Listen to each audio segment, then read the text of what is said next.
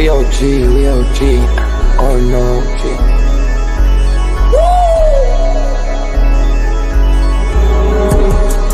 You're not bullish enough. Yeah. Oh no, you're not bullish enough. You ain't got the or no. I get stoned by the bolo. Bitcoin set to overload. Yeah. Experts on reload. Yeah, yeah. You're not bullish enough. Yeah. Oh no, you're not bullish enough. You ain't got the or no. I get stoned by the bolo. Bitcoin set to overload. Experts on reload. Mempool getting hot. Everybody wanna rock. Ayy. Rooms is coming, everybody on a knot, ayy. It's a nuisance, Ordinal Revolution, ayy. Ordinal Revolution. Yo, it's my guy for real, bro. Got friends right now. Yo, BRC 420, bro.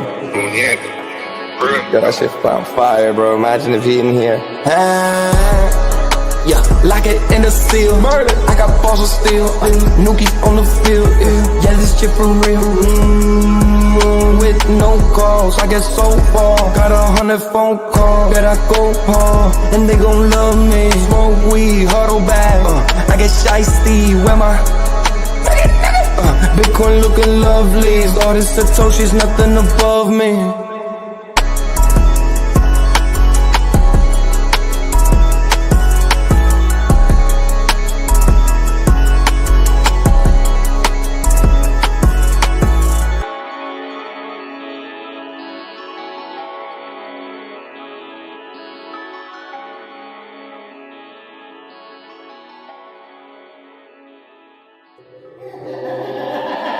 Bitcoin's alive, what you gon' do? Mempool fees are high. Ordinal.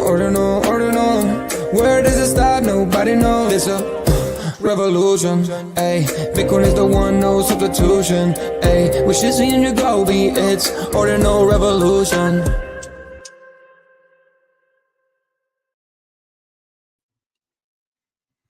Welcome back to Ordinal Revolution. My name is Shizzy. On this channel, we cover the entire Bitcoin Ordinal ecosystem. What's up, guys? We have an amazing show for you guys today. We are live for the Ordinal Hour, and this one is going to be absolutely insane, guys. Yesterday might have been the most bullish days for regulatory action we've ever seen. We've really got a foundation of Trump right now. He's really putting together a team to actually really go after what he's calling a crypto stockpile. And the maxis are pissed off, right? Because the maxis want a Bitcoin strategic reserve. But guys, that's going to take time. We're 2 years away from that. Let's just be happy we're done selling Bitcoin. It seems like we'll never ever sell Bitcoin again, and everything that's ever confiscated will go into the stockpile. And it's very big. It's very big. We're going to break down exactly what happened yesterday, step by step. We have a lot of stuff to go over. So without further ado, bringing my partner here, as always, Mr. Yagobi. What's up, buddy? What's up? Yeah, man. Yo, so yesterday was the most bullish day I've ever seen, like, in my opinion. But the price is not, like, showing that at all. Like, what's going on? Yeah, I think we are dealing with a little bit of maybe like overbought in December and in parts of early January, maybe. I'm not sure, honestly. But the regulatory scope definitely looks like it's heading in the direction that we wanted. So let's see if there's going to be some catch up here. Bitcoin has shown flashes of some bullish energy getting to 109 on Monday, but I think people are kind of like, okay, Bitcoin, you've done your thing. It's time to let some of these Bitcoin layer 1 assets to do their thing. And then I just don't think people are ready to let go of their Bitcoin yet. Yeah, no, I 100% agree. And that is probably the problem, right? People are, they're coming in and they're holding Bitcoin, and haven't hit numbers where I think people are even want to sell yet. No one wants to sell Bitcoin at 100K and then watch it go to 700K, right? Even if they do get in assets that they feel like they're gambling in, right? So it's just like, so right now the safety bet is Bitcoin, and a lot of people are entering for the first time. And for me as well, when I first came in, Bitcoin first, right? And I feel like we're still in that stage. But what needs to happen is we need something to go absolutely insane, and people be like, oh wow, I'm missing out on gains. And that's kind of when the alt season kind of starts. And I think that starts with Ethereum as well. Yeah, and I was listening to the Best in Slot Space earlier, and Domo was speaking. He made a great point that there's a reason why the Bitcoin layer 1 assets haven't really thrived the past, 3 months, 4 months, and it's because people aren't ready to let go of their Bitcoin.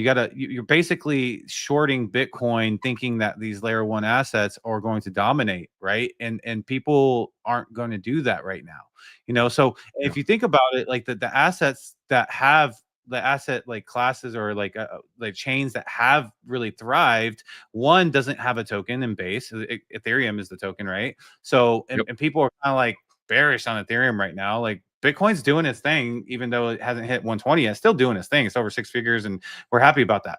But they don't have to worry about that on the base side because Ethereum, people aren't anticipating this huge push up yet. It's going to happen later, probably.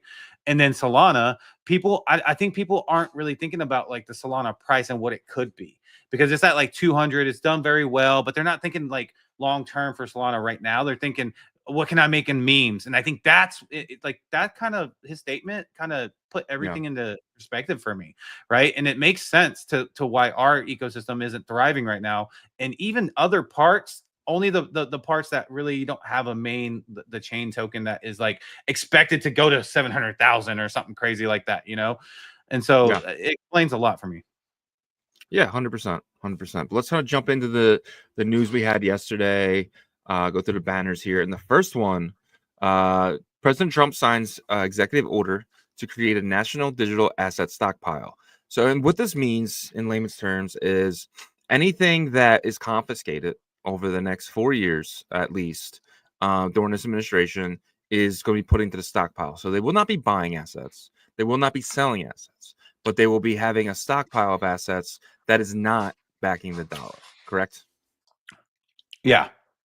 That's what it seems like. And let's see if that can get changed a little bit. Or, I don't know how I feel about all of it, right now. I'm okay with what he's done so far. Guys, it's day 3?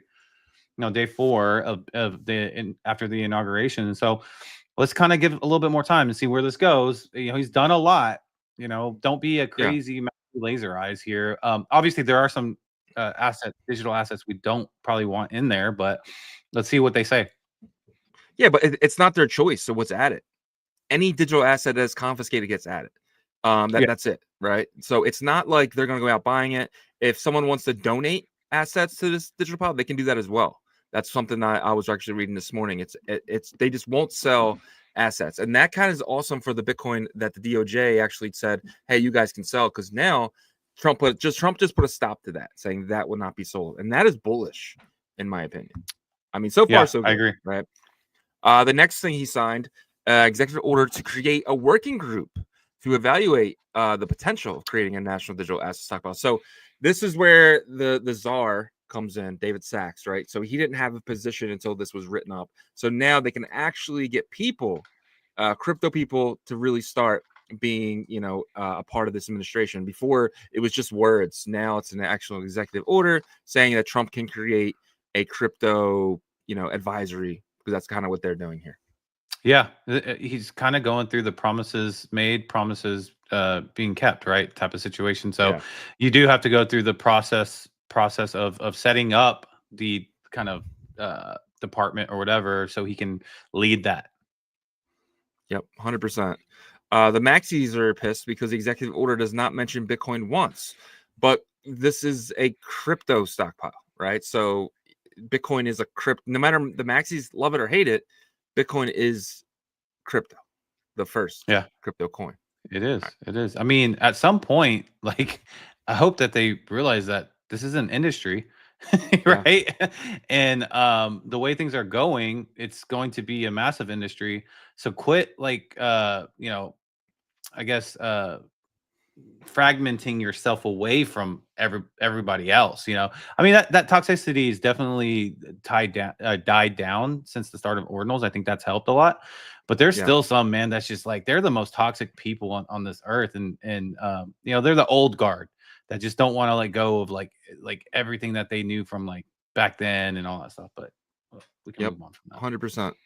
100%. The executive order, though, also excludes Fed and FDIC from the crypto working groups, potentially ending Operation Choke Point. So now only this group of people can basically say what happens with the crypto stockpile and stuff like that, and they're actually going to stop the Operation Choke Point and everything that was put in a line from the Biden administration to try to cut off crypto from banks, because that was Operation Choke Point.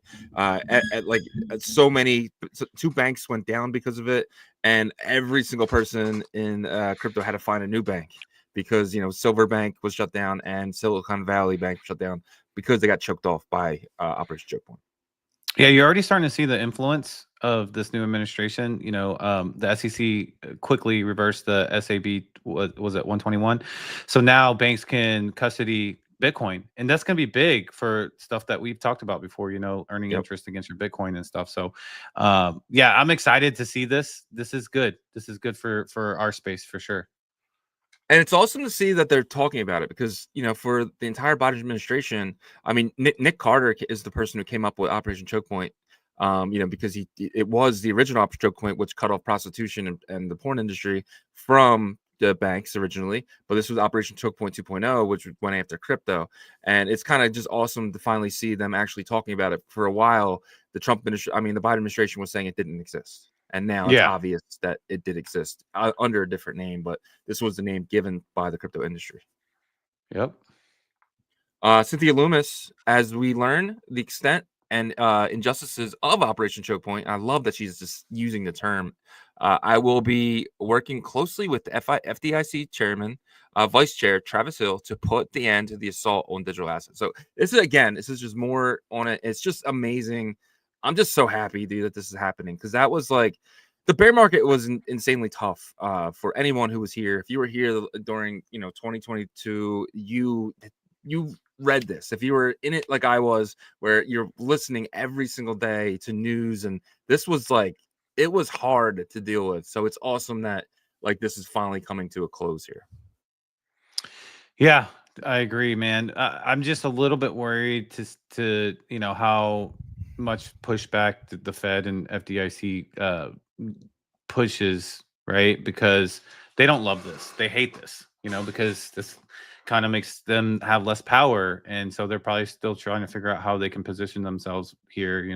We heard some stories about how they were eliminating kind of informational documents about digital assets and not wanting their employees to see them and all that stuff. And so that it's one place in our government where the president he can definitely influence it, but he doesn't have that power right away to fire the chair of the Fed. I think it would have to go in front of Congress and all these steps. So let's see if they play friendly. Well, the thing is, were they forced by Elizabeth Warren and her goons? Were they forced? I think to the do opposite. a lot of this stuff, and I don't think so. I think they were forced into doing this, because the FDIC, I don't see. I mean, their job is to just do what they're told, right? So again, because, I'm saying the Fed though. The Fed works with the banks, and so the industry. I think it's the opposite, dude. I think they were. I'm not saying the Fed talked directly with Senator Warren and all that stuff, but I think the banking industry is the one that was putting pressure on them, and saying, hey, and so I don't know. No one knows unless you see the evidence, right? 100%. Yeah. President Trump also signed another executive order officially banning the creation of CBDCs. We know that XRP is in the world of creating CBDCs, because there are a bunch of scumbags over there at Brad Garlinghouse and that group at Ripple. So this was absolutely amazing now. And we knew that, that's why Garlinghouse gave $10 million to Kamala Harris, because they wanted to create a CBDCs. And so we should be so lucky that we have a president like Trump right now who would put this executive order down, write it down, stamp it, and send it. Sorry, Brad. Sorry, XRP holders. No CBDC in the U.S. Yeah. And the CBDC, projects and stuff, probably trying to figure out how they can reposition themselves, because they know that the U.S. is the biggest financial market, right? And so this is a big blow to them, but a big win for us, the people. 100%. Yeah, for the American people, honestly, CBDC would be the worst thing that could ever happen to us, for sure. Nick Carter says Bitcoiners got way over their skis on this one, priced in the purchase of new coins, which was always unlikely and would require legislation anyway. That is why we're selling off. And he said this right after this news came out yesterday, and we had a little bit of sell off, not much though. But he also last week or last month he sat down with Bloomberg, and I actually have the quote from this here. So the Bloomberg, they actually asked him about this because he was very vocal on saying that he doesn't think we're going to get strategic Bitcoin reserve. So they straight up asked him. Let me bring this up here. All right, there it goes. So my Bloomberg hit from a month ago from Nick Carter. If we do not see an SBR or the government starting to buy Bitcoin, do you think we're in for a correction? He said, yeah, I think that's a risk factor for sure.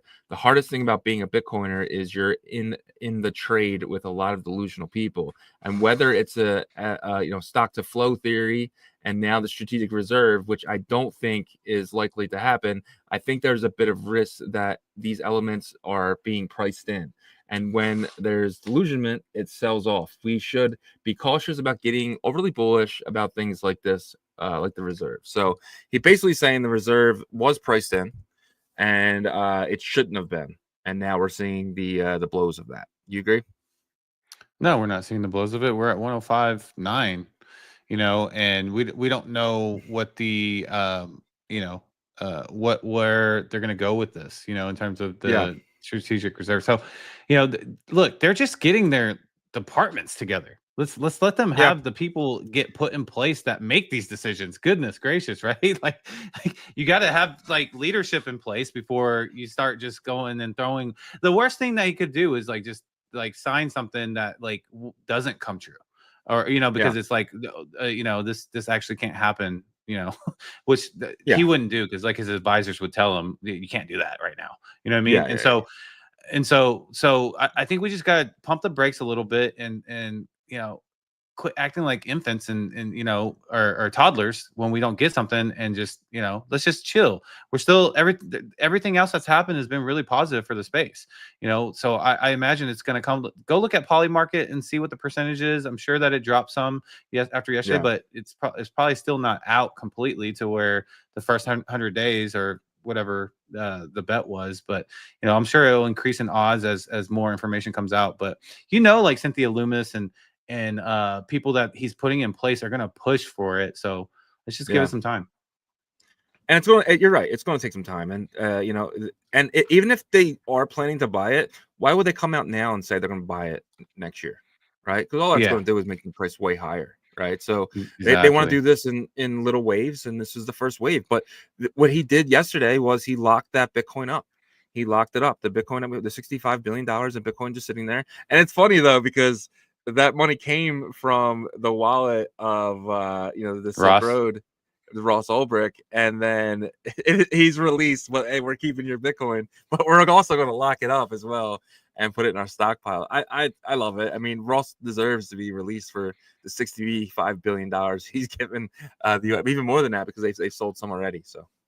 Yeah, I have a feeling he's going to be okay financially, though. I'm pretty sure he's going to be doing his rotations. He's going to be on the Rogan show. He's going to be doing all types of shows and stuff like that. But yeah, honestly, it's good to see him out.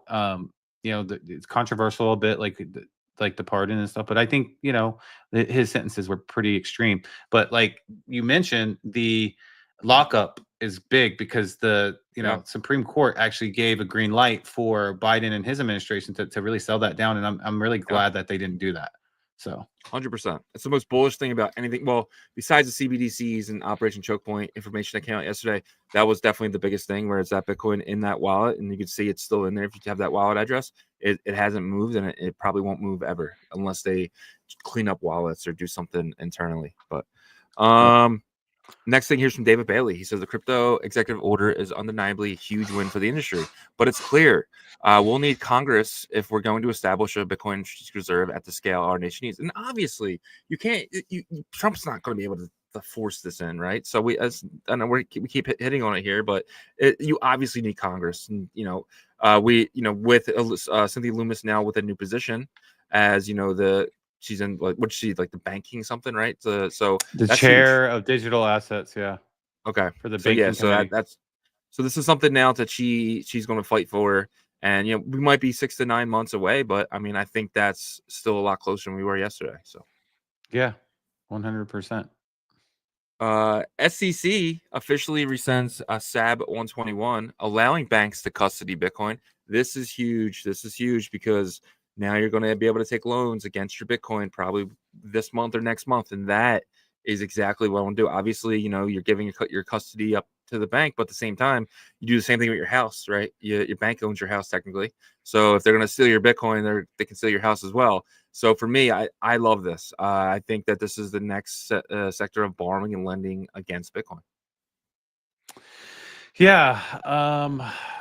Would you, let's say that you were in a position to kind of do this right now, would you wait until there was like more of like a FDIC type of backing of this, or like because like I don't know what I'm sure that they're coming up with like regulation or documentation with the FDIC to roll this in to the FDIC minimum whatever security backing they have. But yeah, this is big. People are gonna people that have a lot of Bitcoin are going to utilize this. So it's obviously you have to test it first. You wouldn't do it right away. Maybe you do a little bit. Maybe you take out like $5,000 against your Bitcoin.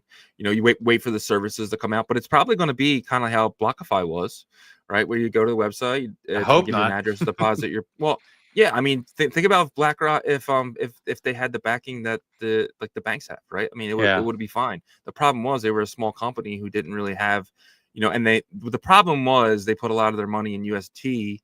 Earning 20% yield, and that was the real problem. If that never happened, if somebody aligned that said, "Hey, don't use this currency," if they did it in USDT, BlockFi might be still around.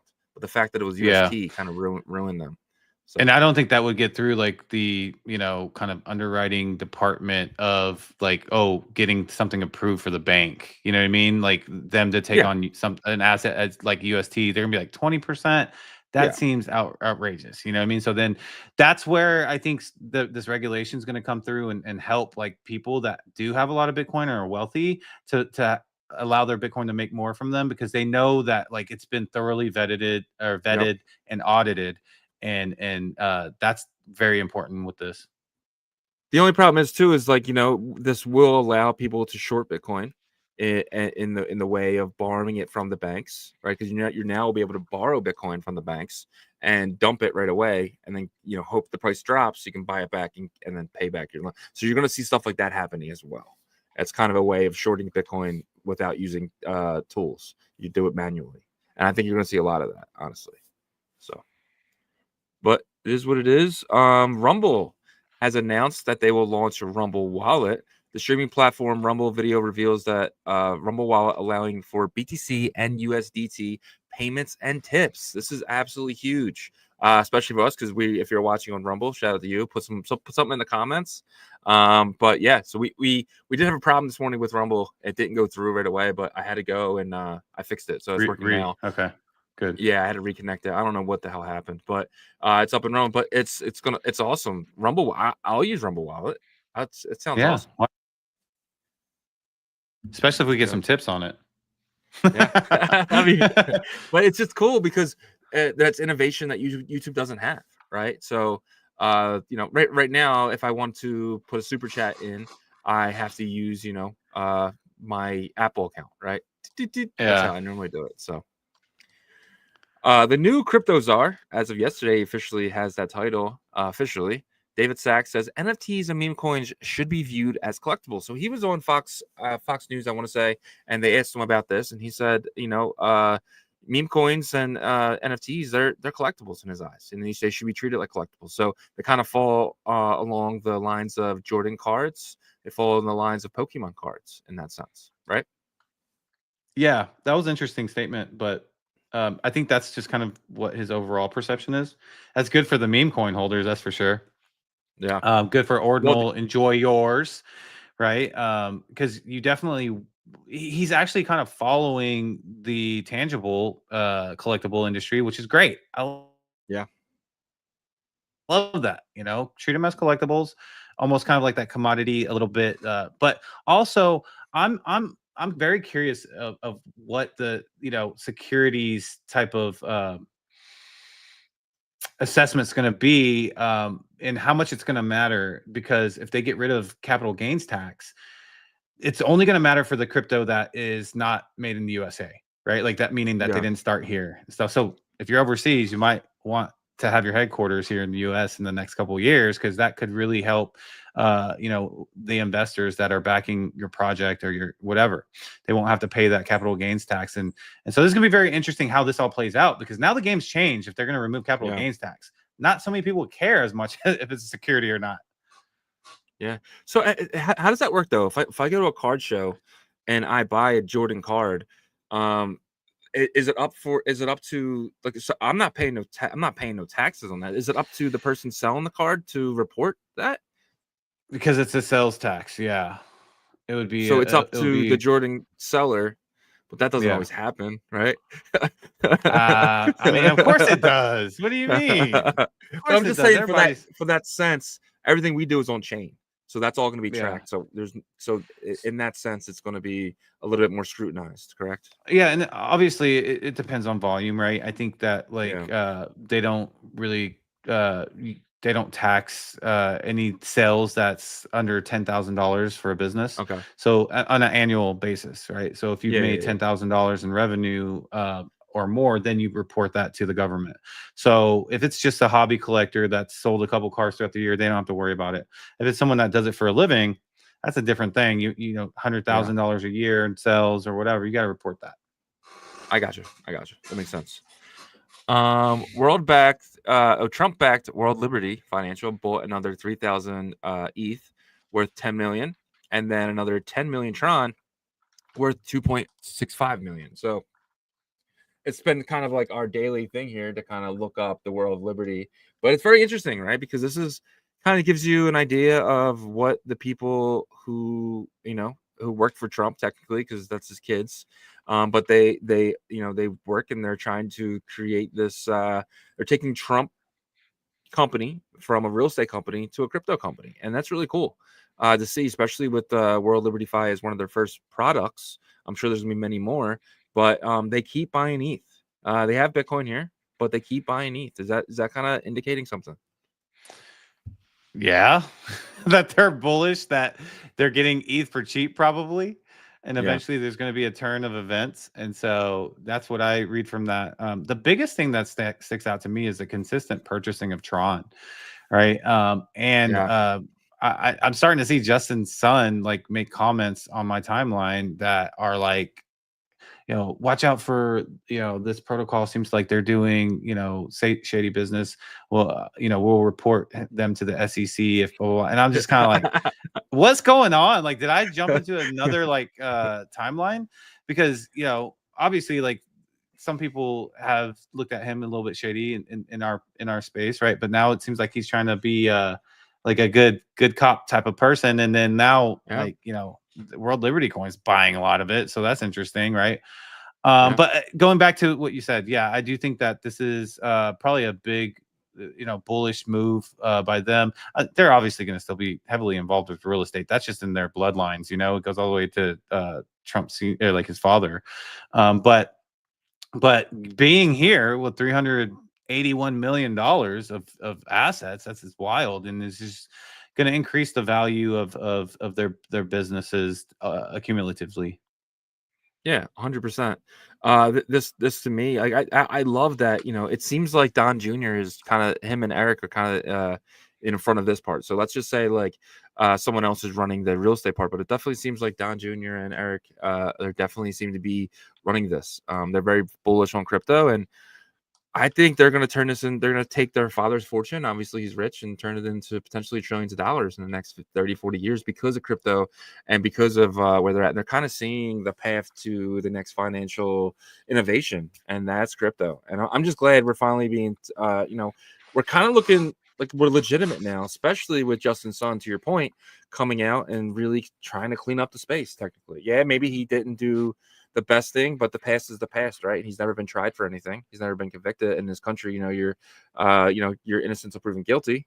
So technically he's not guilty of anything. And I don't know what he's guilty of, but technically, now he's trying to clean up the business. So he can strive. And if he was, then I think they would have got him the last 4 years, because believe me, they were looking 100%. for figures like him, right? So maybe he's a bit cleaner than people give him credit for. Yeah, or you know, you can always have money. Usually cleans up things, so so maybe he cleaned up his tracks, right? Who knows? Who knows? But let's get into that Bitcoin fear and greed. Last Friday, we were at 75. Yesterday, we were at a 75. You will not believe where we're at today, and that's my hint for you today. 75. Oh, he got it. 75. Weird, right? Yeah, that's pretty weird. That's like 2 Fridays in a hitting row with the three same sevens. number. That's a good Yeah. sign, man. It's like good luck. Looks like we're gonna get to 120 soon. Yeah. Well, I mean, I hope so. I hope so. But let's get into that Bitcoin price action. I'm seeing 106, and I'm excited to hear your breakdown. But first, guys, if you guys wouldn't mind checking out Bitpurp is going to be the leading leverage trading platform in the entire Bitcoin ecosystem. They're going to be bigger than that. They have a huge announcement coming up. They're probably going to push it back a little bit, it seems like, but I'm really looking forward to their paper train contest on Botanix testnet. It's going to be fun. It's going to be exciting. And all you got to do is participate. These guys want to enrich their community. I just know it, guys. So you're definitely going to want to participate and potentially win the prize as well. But just participating will probably lock you in for a nice reward later down the line. These guys are trying to build a community, and this is how you do it. They're going to be giving you guys opportunities, and you don't have to use real money. You can use your testnet Bitcoin, your testnet USDT, and you can trade and teach yourself how to do it as well. That's what I'm looking forward to. I'm like educating myself and using their platform to do it and earning at the same exact time. So I'm excited for that. Yes, yes. And before we get into the Bitcoin price action on the YouTube side, guys, if you could help us out, smash that like and subscribe to the channel and turn your notifications on so you know when we go live. On the X side, guys, share the space for us. We want to educate as many new people and onboard as many new people to the Bitcoin ecosystem. And thank you so much for helping us out. But let's jump into some Bitcoin price action here. Looking at the hour chart. All right, let's take a look here. We've been really jumpy, man. Bitcoin's been really jumpy since Monday, getting, up there. I'm showing like 107, getting all the way down to like 102, back and forth, just jumping up and down, man. It's kind of like hard to tell where it's heading, right? But this is the hour chart. Let's kind of zoom in here and bring it to kind of the local activity or data. All right, so we are above the 50-day EMA, so that's a good sign. We just got back above let's see, about 8 p.m. Central Time last night. And it looks pretty good on the hour chart, looks like the stochastic RSI is looking decent. The leading blue indicator line looks like it's pointed up. We're at a 99.16 in terms of the score here. Usually whenever it looks like we're like really aggressively bullish, it will kind of max out at that 100. So we're right up below that. If we bust up here, maybe try to hit to 109 previous or all-time high, probably see that there. The MACD looks really good too. Looks like we try to come out of the buy pressure. Didn't last very long, and then bounce right back up. That's one thing I have noticed, though. It's weird. It's like the pull ups are more like of a lengthy kind of pull up than the drops. Like whenever the price drops the past week, it's been like aggressive drop and then stop. Like, if you remember back in August of 2024, in July, August, and September, they didn't stop whenever the aggression would come down. It would keep bleeding out forever. They stop pretty quick here, right? It goes down probably to liquidate maybe some greedy people or hit some stop losses, and then right back up it goes. And the like I said, the pull up is more lengthy, more okay. It's just more of a longer process. So that's a good sign in my opinion. That's showing that we are in a strong kind of Bitcoin price action. Maybe not the alt markets, but at least Bitcoin is. But anyways, so taking a look here on the MACD, looks like the MACD is starting to weaken a little bit here. Let's see if that continues. If we get this blue leading line on the MACD to point kind of more north, this will turn dark green and we can continue this on. If this is kind of the end of these buy pressure here, then we'll probably see a pullback down maybe to 104, around there, 104.5. We'll see. We're right underneath 106 right now. But I'm feeling pretty optimistic. I think we're fine. Probably in the day, maybe trying to touch 107. We'll see. Maybe we get even more aggressive on that. But I'm definitely not feeling like we're gonna do anything crazy. Either way for the rest of today. Let's see how the weekend looks though. Weekend looks pretty good. The MACD looks good on the 4-hour chart. This will give us a forecast about 2-3 days. Got out of a lot of sell pressure. You can see here, which started last Saturday. and we got out of that sell pressure yesterday at 8 p.m. So this is a good sign. Maybe we do end up having that crazy, thrust up over the weekend. I don't think Saturdays. I never bet on Saturdays, but Sundays is typically whenever a big strong move will happen in the evening there. So that's what I'm seeing for Bitcoin's price action, guys. It's been a lot of back and forth, kind of seesawing. But I think we're all just kind of waiting for people to kind of let go of their Bitcoin and maybe take a little bit more risk on to get these other assets up. Yeah, 100%. And you're right though, because like Friday night is always like there's like no movement after 4 p.m. goes. You might see a little movement after people, doing what they need to do, the ETFs buying or selling or whatever. But around 6 p.m. Eastern time, Friday night to about Sunday morning, there's like no movement. And if there is, it's some giant news that happens like last week, which was the Trump coin, right? So unless something like that happens again, we should be, it's trades like a stable coin until Sunday. But Sunday, you're right, dude. It's usually weirdly bullish going into the weekly close. So we'll see. Yeah, either bullish or bearish. The biggest move over the weekend's typically on Sundays. The one thing I'm a little worried about next week is the Fed meeting, right? For the rate cuts, because if Powell does, say he's just going to pause, I think that there's people in TradFi that are kind of leaning on how they think he's going to communicate, hawkish or dovish, right? And they'll really pile on top of that. They have strategies to do that on crypto Twitter, on the regular media and all that stuff, and they'll make really good profit off of the short and stuff like that. Now, you mentioned that Trump really wants to continue cutting rates. I believe that's kind of the thought process, and we'll see if that influence does anything with Jay Powell, because it definitely didn't the last 4 years, but there wasn't really a strong presence. No offense. Yeah. No, 100%. And, Trump came out yesterday and said he wants interest rates to come down. Jerome Powell does that. And the data is showing that we could cut rates a little bit more. I don't know for how much longer, but we could definitely do another one or two, right? And we'll see what happens, especially with Trump. He might just do it just to get Trump off his back and so they can keep doing what they're doing. And I do see him cutting rates next week. But there's something bigger next week that no one's really talking about, and that's the tech stocks reporting, right? That's massive because we know the tech stocks were at the inauguration, right? We know a lot of the big people from tech companies were at the crypto ball last Friday night, right? So I'm just curious of maybe next week we have Zuckerberg come out and say, I have a goat named Bitcoin, and now Facebook or Meta now owns Bitcoin. So if that happens, dude, we might see $140,000 Bitcoin if a company like Meta or a company like Amazon or who knows comes out, NVIDIA. If they put Bitcoin on their books, man, what it's gonna do is gonna drive other companies to do the exact same thing, because it's very much monkey see, monkey do, especially in the stock market. Yeah. Did Zuckerberg say that he has a goat named Bitcoin? He has a goat named Bitcoin. Yep. He had it for the last 4 years. Yep. Interesting.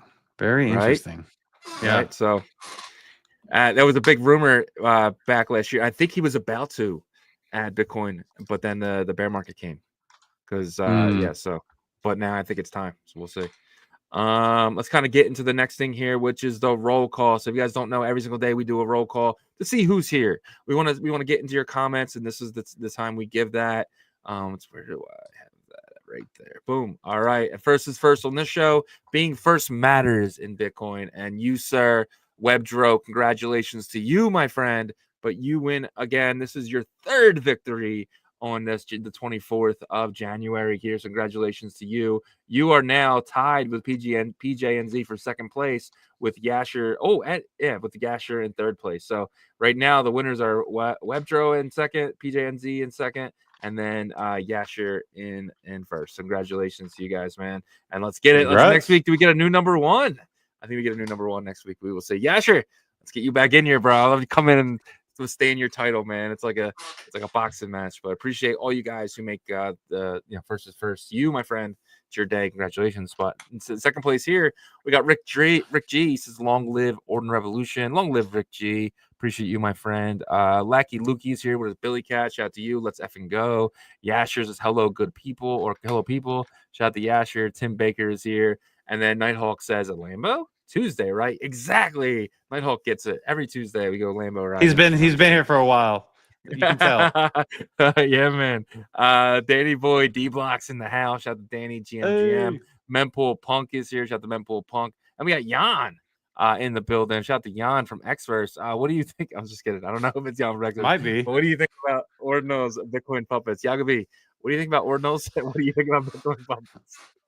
I think that first of all, I think Ordinals are going to be forever, and they're going to have their moment that's going to blow everybody away. The cycle, and puppets, I think, is one of the craziest communities, and they're really good at the cult style branding. And yeah, bullish on both. Yeah, I agree. I'm very bullish on puppets. I think it's the #1 collection in my opinion. Okay. Ordinal Sweet says Shizzy wants to ride the beautiful girls. Oh, careful Lambo. now. Your wife about watches that? this show, right? She does. But I'll just let you. I'll let you hit on that one. No, I'm just kidding. Nagi is here. Chota is here. Shout to Chota. He says LFG new all-time high incoming 120. That would be absolutely amazing if that was today.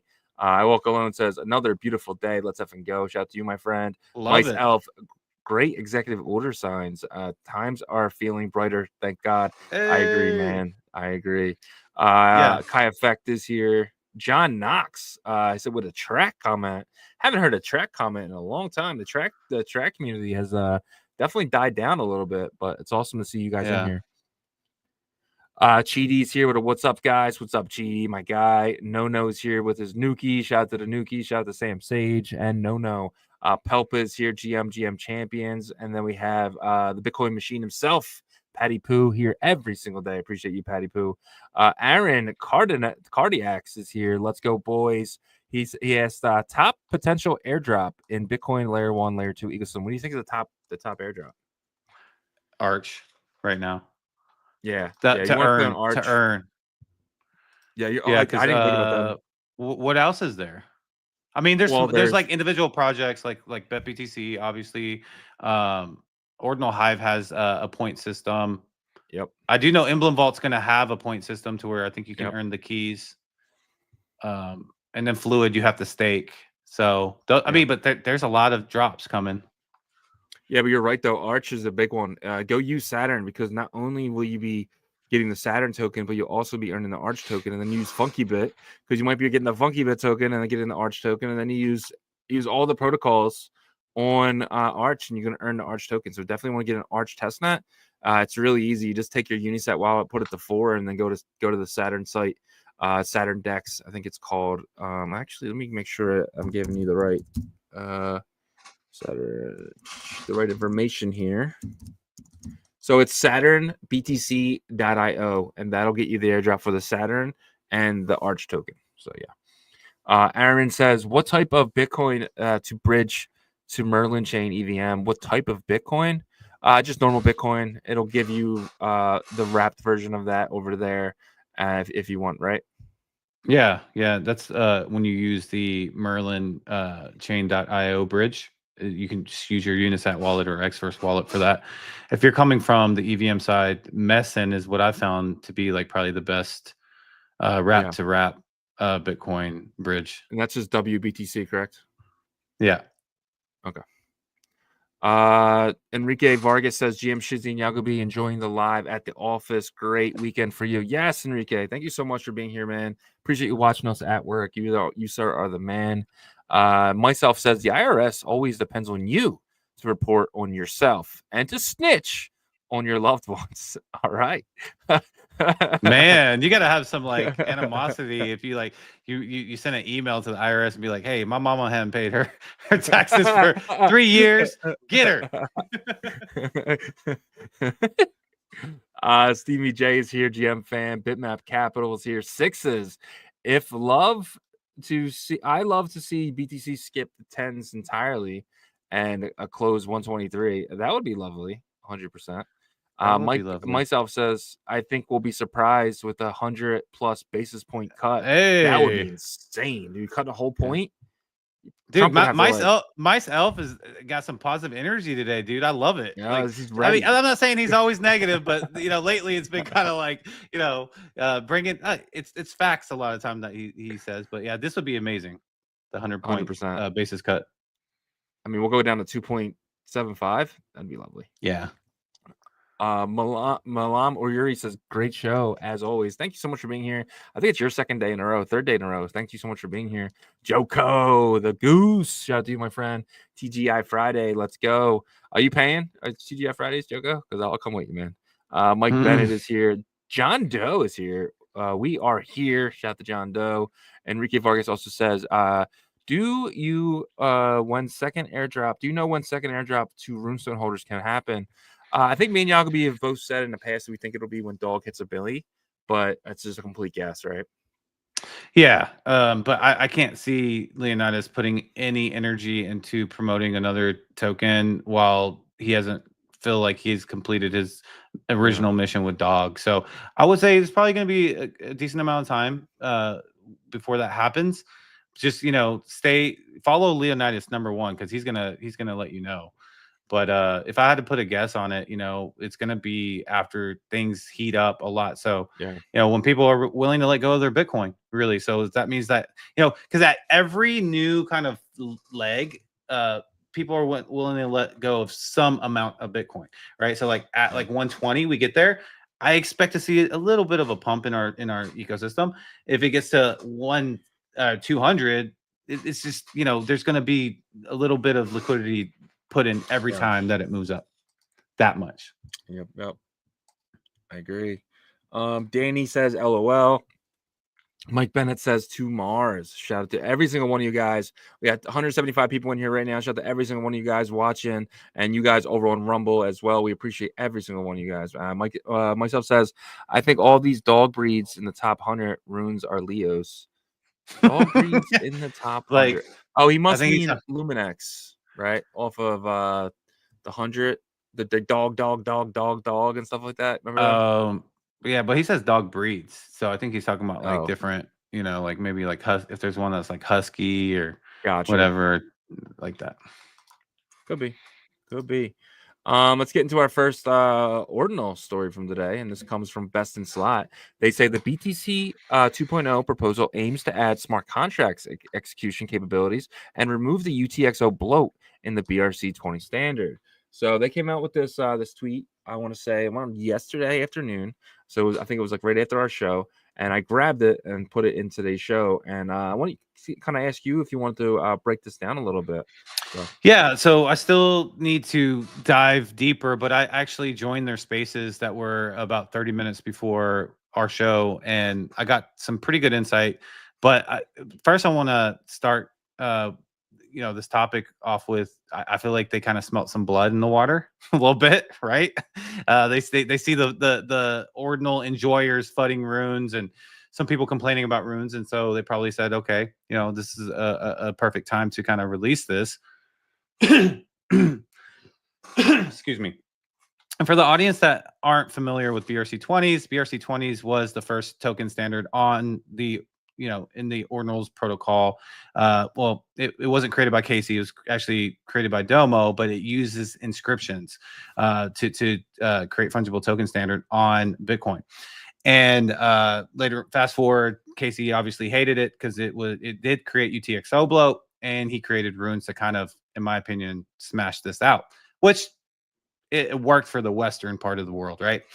So going back to this now, I want to start off with some notes that I took that stood out to me. So first of all, Benari is a co-founder of Best in Slot, which was he was kind of heading this initiative of BRC 2.0. So the one of the things that they focus on with this is programmability, right? Because he mentioned that if you have a token standard on any chain and there's no programmability, what's the point? He has a point with that. I think, if you look at all the other token standards on other chains. So they focused on that. And then they wanted to wait, because he said this was ready for about 6 months. And they wanted to wait until the time was right so they could backtest a lot, but also when the time was right for the community, because at the time they were in between, like, should this be for BRC20, like an upgrade for BRC20, or should it kind of be its own standard?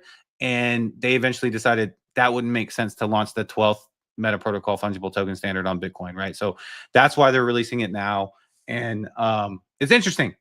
So the big things that I took from it is, so they are using an EVM virtual machine. So that people are probably like, oh wait, how does that work, right? But the way that they're doing is you can take an EVM smart contract and inscribe for programmability for your BRC20 token that lives on Bitcoin. Okay. One of the things that they think is why they're kind of doing it for BRC20 is they feel like the infrastructure for centralized exchanges are already set up with Ordi and Sats, and it makes sense to kind of just solidify and complete the infrastructure for the token standard. Another thing, they are actually, inscribing the smart contracts, the EVM smart contracts on Bitcoin, but they're also indexing them, right? So their indexer is indexing the smart contracts as well. So they're tracking all the smart contracts, and this is the part that really stuck out to me. They basically said that you're going to be able to lift BRC20s to another layer, right? And it's because you have a smart contract inscribed on Bitcoin and another smart that can interact with another smart contract on Ethereum without bridging, but they will communicate through their sequencers, right? This is what I got.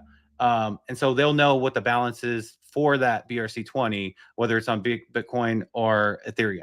So look, I could have got something wrong with that, but that's what I heard. And what I want to do is dive deeper with possibly Bob Bodley, because he was on the panel there. And it was, like I said, 30 minutes before we started our show. So I was kind of having to come back out and get ready for the show. So, but if that's true, then you're not even having to bridge, and your trust assumption falls on the smart contracts and the communication, right? So the sequencers. So how is the sequencers decentralized? That's the most important thing, I think. And we just need to learn more. So maybe if we can get Benari on, or somebody, that's really ahead of this project or leading the project, that would be great.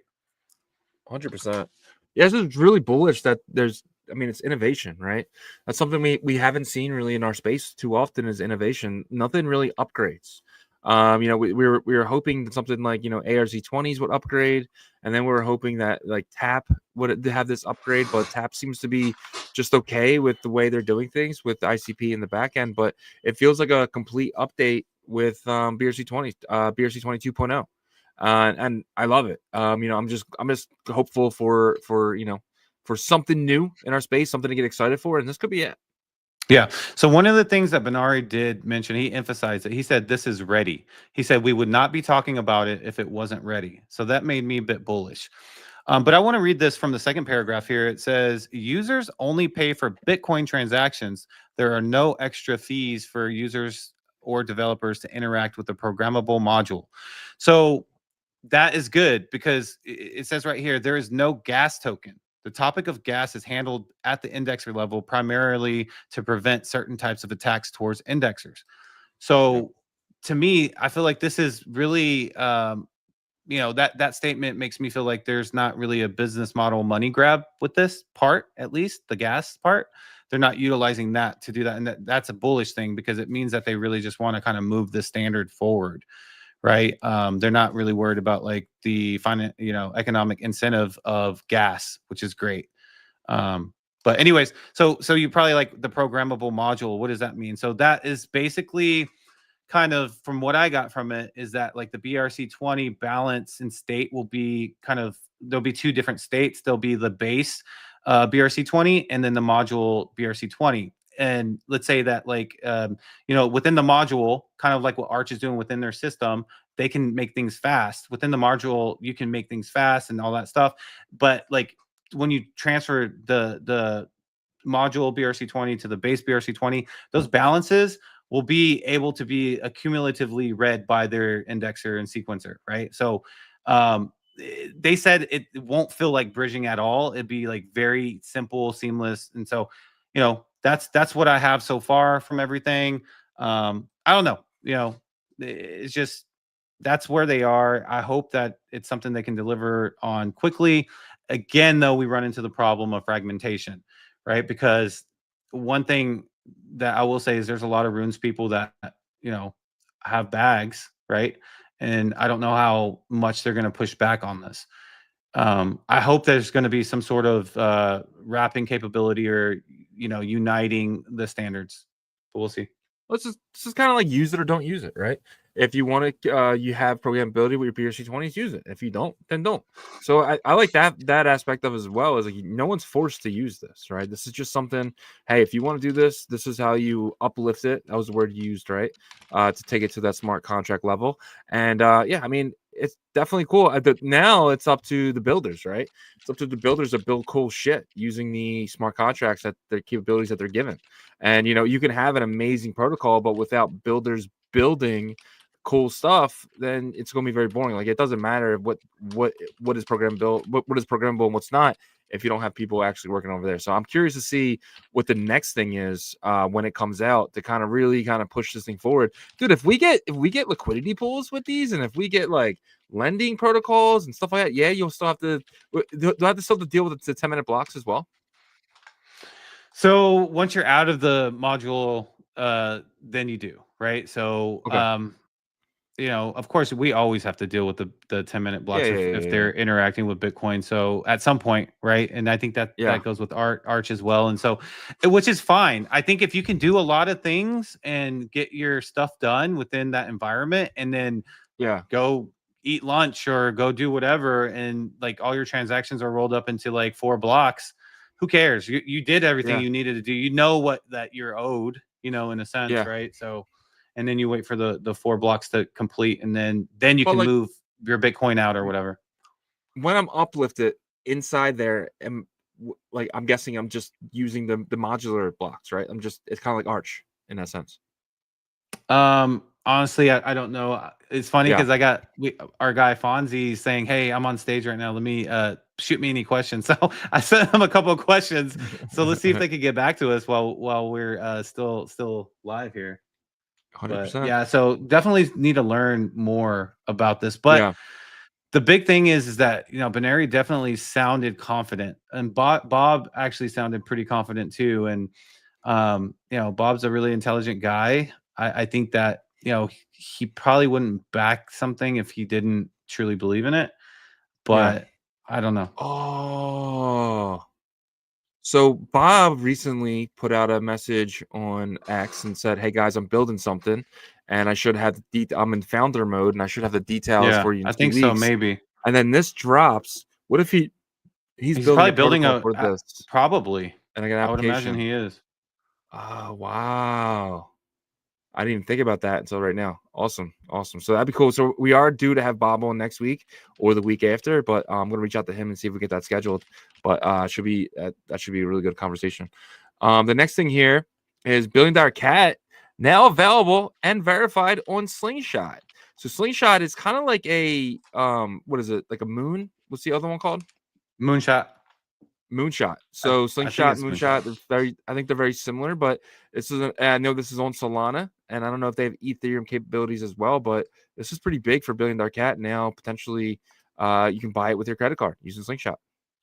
Yeah, you can. And here I'll show you. This is a screenshot provided by Slingshot, but you can see BDC is available there. So the biggest win for this is everybody that's in BDC or pups, and I think dog is probably added as well. Y'all need to hope that Slingshot really blows up, because you can use your Apple Pay, you can use credit card, debit card to purchase $1 Billion Cat right now, right? But because of the new anticipated regulations and stuff, I think there's going to be like Silicon Valley companies that are heavily backed and invested in to create these centralized ways to purchase crypto, right? The regular people, right? And so like if Slingshot takes off and it becomes like the Robin Hood for crypto, that could be huge for Runes, because now there's already 3 on there. You know what I mean? So I think that's something that we got to root for, because like everybody wants the Binance and the Coinbase, but there's going to be something new, I think, to the public that's going to be new, fresh, hot. That's going to be a centralized tool, multiple probably, because people are going to like fight for that market. Yeah, and Slingshot sees an opportunity because these runes aren't available on exchanges, so you're going to see that as well. They're taking advantage of those fees, because that is something that these places make. They make fees.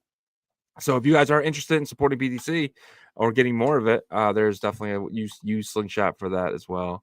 Jump into the next thing here. Udi had a tweet today or yesterday, and he basically came out and he said, my recommendation to Mavenspot and Nomad, the savior, is to abort the migration of WZRD BRC20.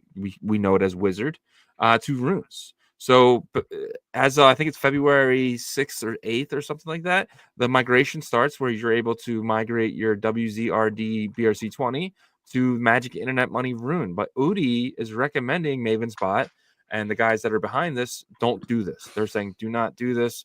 Runes, Udi's number one was runes were a mistake. His number two was Magic Internet Money is not a good token name. Wizard is. Number three, migrations are very difficult to pull off smoothly as pups. 4, Binance already supports BRC20. What's your take on this?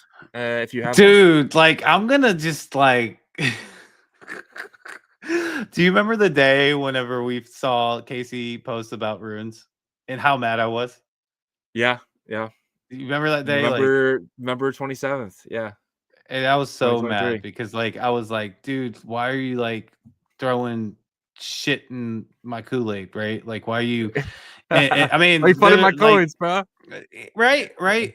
And then this is not like a stab at like the people, but you had the hardcore ordinals people like really be like all into runes, right? Like, and then you had Trevor's hosting spaces and stuff, and there was like this marketing like onslaught of taking out BRC20 and really putting runes in the mind share, and it worked for the Western side. And I'm just kind of like in my mind right now, I'm just like, are we going through this again? Like, you know what I mean? And I want to show you something, dude. Yeah. This is Bitcoin Magazine 4 hours ago. Wow. It says BRC 2.0 Bitcoin tokens could outshine runes 4 hours ago. Right. So, you know, what happens now? Right. Like what happens now?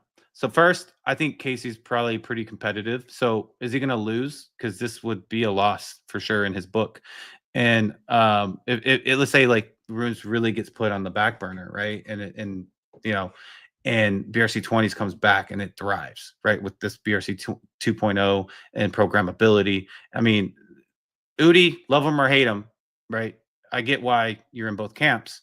You know, if however you feel about him, he makes a damn good point here in terms of like Binance already has a way to accept BRC20s with Ordi and Sats. And so to me, it's just kind of like what's going to happen is you have Arch kind of supporting runes, and you have like these liquidity pools that are supporting runes. I actually posted about it this morning, right? There's like 4 or 5 different liquidity pools right now for runes. Are they going to fork this BRC20? But they can't, because it utilizes inscriptions, right? And runes are not inscriptions, correct? Yeah. Yep. Right. 100%. So they can't even fork this. You know, it would have to be they would literally have to bridge it into their environment and then have it wrapped or something, right? So now instead of bridging BRC20 to runes, you're bridging runes to BRC20s. yeah. So just here, like I'm trying to figure out what's going to happen. So you know, obviously Arch Network is probably going to launch their mainnet in the next 2 months. I think that's probably, you know, I think if we're being like wishful, right? 2 months. Let's just say conservatively this year. Okay. But they have the infrastructure to support runes, right? In my opinion, right now, and they can support BRC20s too. Like they can do both. Support anything. Yeah. And so, but like the main narrative was runes, to bring over runes and all these things, right? So is runes going to like basically try to form like its own support ecosystem? And now BRC20s is going to try to support its own ecosystem. And does that work? You know what I mean? Does it end up working with that? Or, you know, is it these big entities like Binance and Coinbase? Like Coinbase could support runes and Binance could support BRC20s, but like I just don't know how it's going to play out. And it's a little frustrating, right? Because I think that like I think you go back to 2023, and if you look at like the conviction that people had in ordinals, and then the conviction that people had in BRC20s, both were strong as hell. Now, with the BRC20s, when the conviction started falling apart, is whenever there were people that were fudding the, transfer inscriptions, fudding the UTXO bloat, basically attacking BRC20s. Even though from an economic incentive, like it was bringing more transactions into the mempool, and it also was benefiting not only the BRC20 traders, by the way, immensely benefiting the ordinals people, and they can say whatever they want, but it's bullshit, whatever their argument is. I don't care what you say. BRC20s brought a shit ton of liquidity to you ordinal enjoyers. You can argue all day you want, but that's a 1,000% fact. But then the argument eventually went towards, let's push that out and let's bring runes in, and Casey came in and all that stuff. Now, like, it was almost kind of like Casey's going to be this Vitalik or this new kind of like person that's in charge, Charles Hawkinson, whatever, right? And it's almost kind of like now he's half accomplished that with the ordinal side, but then the rune side is still not kind of there. So I don't know. It's just kind of, I feel like the space is a little bit lost now, and this is going to definitely stir up some competitive juices in Casey. Maybe he really doesn't give a shit about runes like people say, but we'll see. Yeah, so there's a lot to unpack there. So the first thing I want to get into is the fact that you said the people really pushing runes, they were the same people who faded BRC20s, right? The same exact people. Most of them. So there's incentive there because they want, they didn't want to miss. They might have missed it. Yeah, exactly. So the second thing to there is the fact that it's all about innovation, right? Loiterers will go to zero if you don't keep inventing the protocol. I don't care what protocol it is, it needs to keep getting better. And if it doesn't, you're going to see things come and eat its lunch. You can see that with Solana and Ethereum. Ethereum did not progress over the years. They kind of went backwards with the proof of stake. They're just not. Nothing has changed with Ethereum. It's still expensive. It's still slow. It's still this. Solana came in and ate its lunch, right? So you're going to keep kind of coming in. If you don't keep innovating, if you don't keep progressing, you and your holders are going to be considered loiterers, and you're not going to go nowhere. You're going to be stale, right? And that's what we're kind of seeing right now. And if Runes doesn't innovate and BRC20s keeps innovating, I mean, you're going to see a clear winner, right? Yeah. So which, by the way, like, I was kind of in that boat, right? In 2023, late 2023. But I want to show this comment because Milan Yuri has a great point. This could happen to where it says, they think Bitcoin meme coins runes are bullish for memes, but not the utility runes. Now that's because programmability with BRC20s and stuff, more of like DeFi type of environment, runes more meme and stuff like that.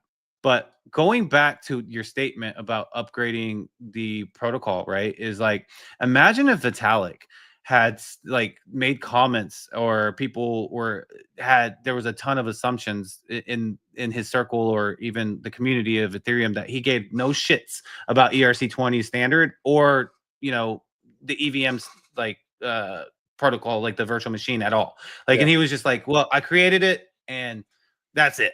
You know what I mean? Like, then Ethereum wouldn't be what it is today. You know what I mean? Yeah. And so like we're kind of in this thing like where, does Casey really not give a shit about runes? I think we need to get that answer. Because like I saw him in an interview with Aaron. I think it was Isabel Fox and Duke. And they were talking about how they think that they're bullish on ordinals and runes. They mentioned runes for later this year. We're like really bullish. And for them to talk about runes, to me, like, I think Casey is a prideful person. Like, I don't know him personally, but just from what I've seen, I think he's a prideful person. Like, that's just my opinion. That could be looked at as good or bad, whatever. Mostly people are going to say that's negative, but I'm just saying prideful in terms of competitive though, and that could be positive. So if this BRC20 or BRC20 2.0 standard comes out and it's getting attention right now, I can imagine that he's probably getting a little fire under his under his ass right now, probably being like, they're beating me. Because if you're listening, they might be beating you. And I hope that you have some self dignity and pick your ass up. No, I'm just kidding.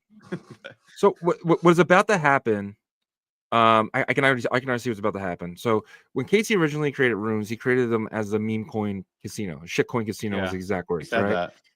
Casey, what if Casey doesn't want people to build on Runes? He just wanted to create a shitcoin casino.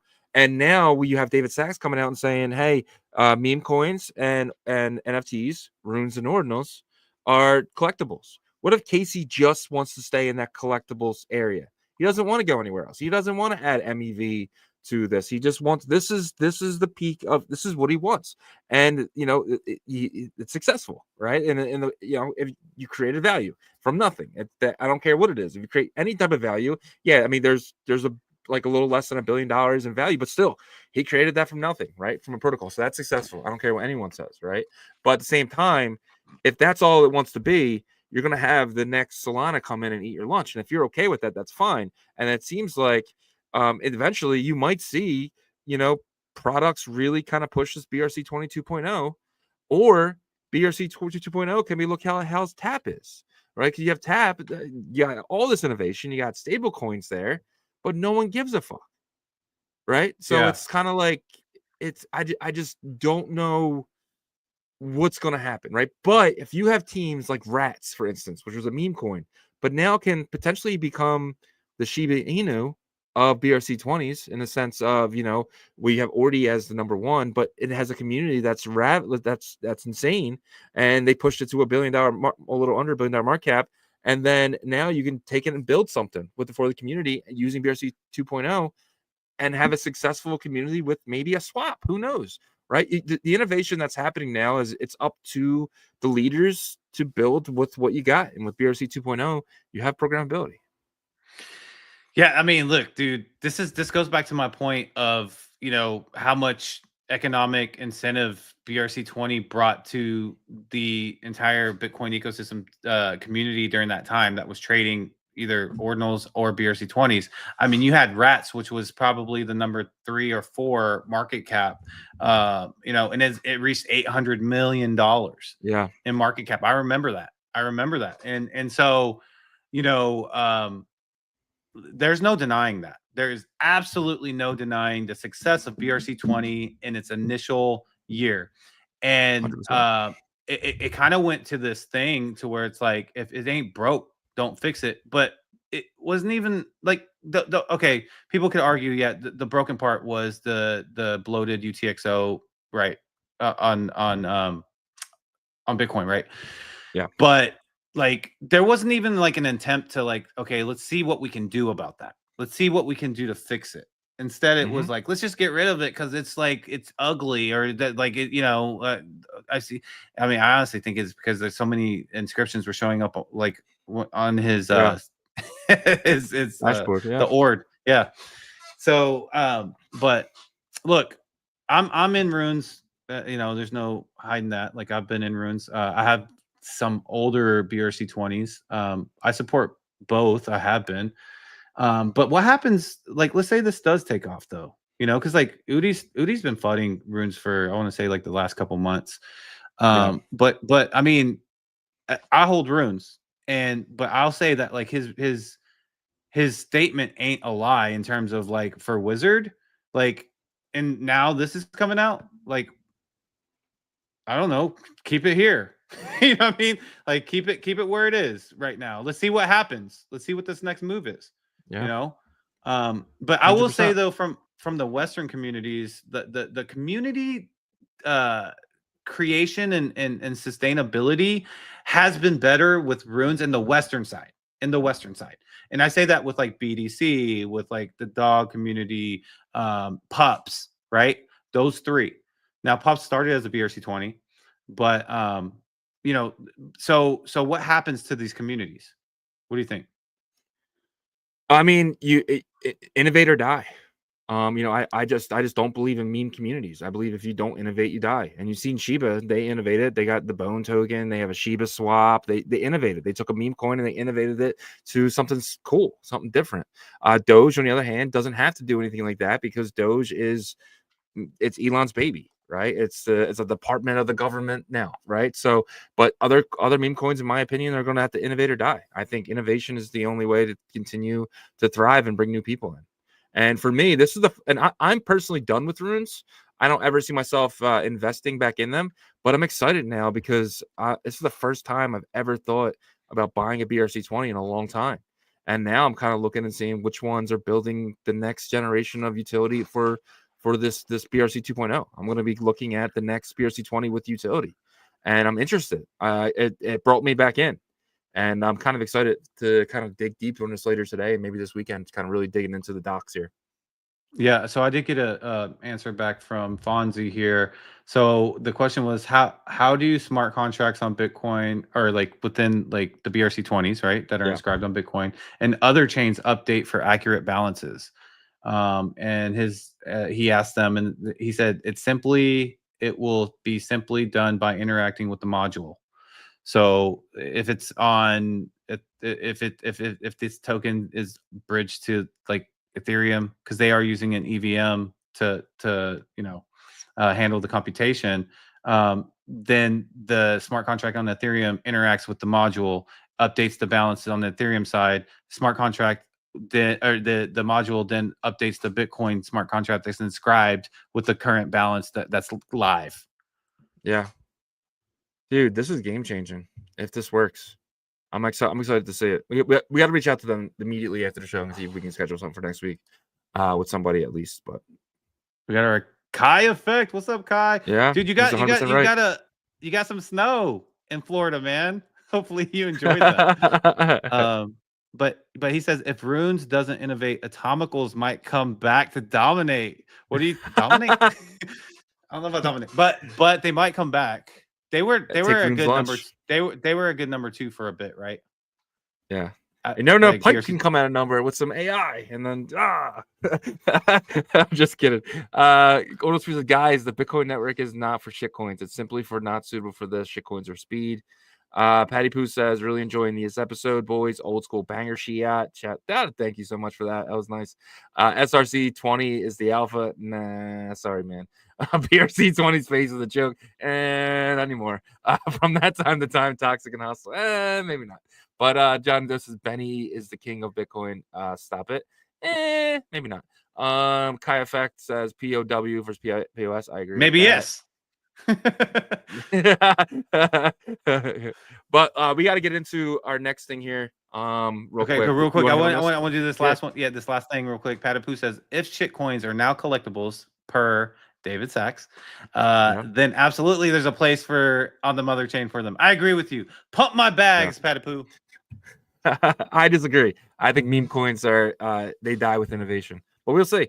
Anyway, let's get into the next thing here. It's officially Fluid Friday, guys. Fluid Friday. So every Friday, we like to do a quick segment on what they're building on Fluid, and we have some updates for you guys. So what is Fluid? Fluid started off as a borrowing and lending for ordinals. They got into the rune swapping when runes came out, and it was actually funny. Yesterday, Casey put out something, and Raul was like, "I already built this for runes." That was pretty funny. So Raul is actually innovating faster than Casey can think it. And then they came out with a staking mechanism. And the staking is actually a big deal. So let's kind of show you guys the website real quick before we kind of get into the updates. So you want to do is go to fluidtokens.com, click the BTC app. You have Cardano, you have Bitcoin. And that's the big thing with these guys is the fact that they are building on Cardano, which is UTXO, and Bitcoin, which is UTXO. And they're also building an Arch, but more to that later. But if you did stake with them, congratulations. You will be receiving a good portion of this. So 458 staked. So let's kind of do the math. And guys, this is a very rough guesstimate of what you'll be getting, but they will be having this out. But if you go 300,000 tokens, divide by 458. So roughly each, depending if you had a black one or an orange one, the average will be about 655 tokens, which is about $300 per. So for me, let's just say I go to my stake tier, and I did a lot of silver ones and a few orange ones and one black one. So mine's going to be different, but my estimate is going to be popping up here probably within the next week or so. So look out for that. But I have 20 staked here, and I'm excited to kind of see my rewards because I know the price of the FLDT token is around 44 cents right now. So, and I'm thinking potentially could 10x from here. So I'm very happy with my allocation. Yeah, I'm excited, dude. Like, and also the point you brought up earlier, the fact that like Casey doesn't even know that Fluid Tokens has been doing this, like, how aware is he of things? You know what I mean? Like, and he didn't even respond to that comment, by the way. And they've been doing this for like, I want to say almost a year. Like the decks that they've done to where it's like almost like it's peer-to-peer swap, right? Like you have to approve it. They got to approve it. So it's almost kind of like both have to be aware. Yep. They've been doing it for this long. Like be aware of the builders and what you built, dude. Like, I'm sorry, 100%. But like, that's just frustrating, bro. Like, come on. You were the crypto person of the year in 2023, man. Like, you know what I mean? Not in 2024. I'll tell you that. Casey, that was 2 years ago. Is Casey a has-been? I don't know. Sounds like he could be. But no, but he did bring us Ordinals, which I love him for that. Thank you. His number one invention for the rest of his life. He also brought us runes, but you know, you can't always bat 100, right? You're due to miss. You keep building protocols, you're due to miss one or two, and maybe he missed with runes. I don't know, but anyway, back to Fluid Friday here. We do have some updates with some of the stuff he has going on, correct? Yes. Let me pull them up real quick. Sorry, I don't want to. No worries. So but yeah, so the second season of dog staking should begin next week. So before the end of January. So right now there's no open. Is that open right now? No. So closed. If you are a dog runes holder, by the way, I'm still bullish on the top 3 runes and maybe Liquidian, but dog rune staking vault is going to be open for a second season. Look out for it next week. Make sure you're following Fluid tokens and turn their notifications on so you know when they announce that being open because it fills up pretty quick. And then what else is there? Yeah, they're just gonna be traveling a lot, dude. Like this team to me is one of the, I would say, top 3 most capable builders in our space right now. Layer 1 stuff, and you know, I can't imagine what they're gonna be able to do on Arch as well, like kind of the 1.5 hybrid, but. You know, they're going to be in Hong Kong. They're going to be at Consensus. But yeah, so that's it, really. You know, they're just heads down building. Yeah, 100%. So, guys, definitely check out the dog staking thing. It's coming up. You stake your dog. And, like, I just want to let you guys know, you're not giving it to Raul. Raul does not hold your dog when you stake it. What happens is you actually use Bitcoin's block locking technology where he just locks it to a certain block, but it's locked in your wallet. It's under a different wallet address, yes, but that wallet address is one of the wallet addresses in yours, but you will not be able to unlock it. And all Raul does is flip the switch later and sends it back from that wallet to your wallet. So you are giving him access in that sense, but it's all done through, you know, the Xverse wallet. You have to worry about that. So when you stake and when you unstake, that is when those transactions are happening. It is amazing tech because of the fact that it's non-custodial. That's the best part. And he's actually going to be working with Xverse in the future to potentially get you to kind of see that to where you're able to switch your wallet, you know, just how you normally do it, go from wallet 1 to wallet 2, and you'll be able to see that it's right there in your wallet, which is the best part. But that takes a little bit of innovation on Xverse's part to actually show that. So, but it is, guys, it's non-custodial, and definitely check out everything they're building with Fluid tokens. FLDT token is set to become a rune in April 20th. So we will see what Raul, who knows, Raul might be doing innovating. But one thing real quick going back there to the innovation is you got to remember Best in Slot didn't create BRC20s, right? It was really Domo and Unisat kind of helped them. So maybe it takes someone to come on like Best in Slot or you know, to actually innovate runes. So maybe another project has to pop up and do the innovation Domo works closely with Best in Slot. He was actually on stage. Yeah. So, but I do agree with you in the sense that, like, maybe it will have to be, a team like Fluid or Raul or something that kind of takes the reins and, upgrades the protocol or, whatever. But yeah, look, I think this could kind of light a fire under Casey's butt. Also, there's two parts to Casey, probably more. Raph does a lot of the, the grunt work in terms of like the building of the protocol as well, right? So, I don't know, man. We're gonna see what happens here in the next 2 weeks, because it's not like there's not momentum with runes. Actually, there's more builder momentum with runes than there is with BRC20, because BRC20 has been kind of Not suppressed. anymore. I'm talking about. Well, we'll see, because like this Yeah. news came out, but like how many people? The Bitcoin Magazine article, that's pretty big. I don't know, like was that paid for? Was it like that came out 4 hours ago, right? Like the Yeah. same day that they announced they had the space. So and maybe Binance has its hand in this too, because like look, there's a lot of Eastern Wells involved with Ordi and SAT success, bro. Like Ordi specifically. And dude, how ironic if like BRC 2.0 like takes off and Casey hates it so much, but the main coin it was named Ordi after Ordinals. I love it. Yeah. Well, you mentioned you don't know what Casey's doing. I know exactly what Casey's doing. He's putting out this fun collection.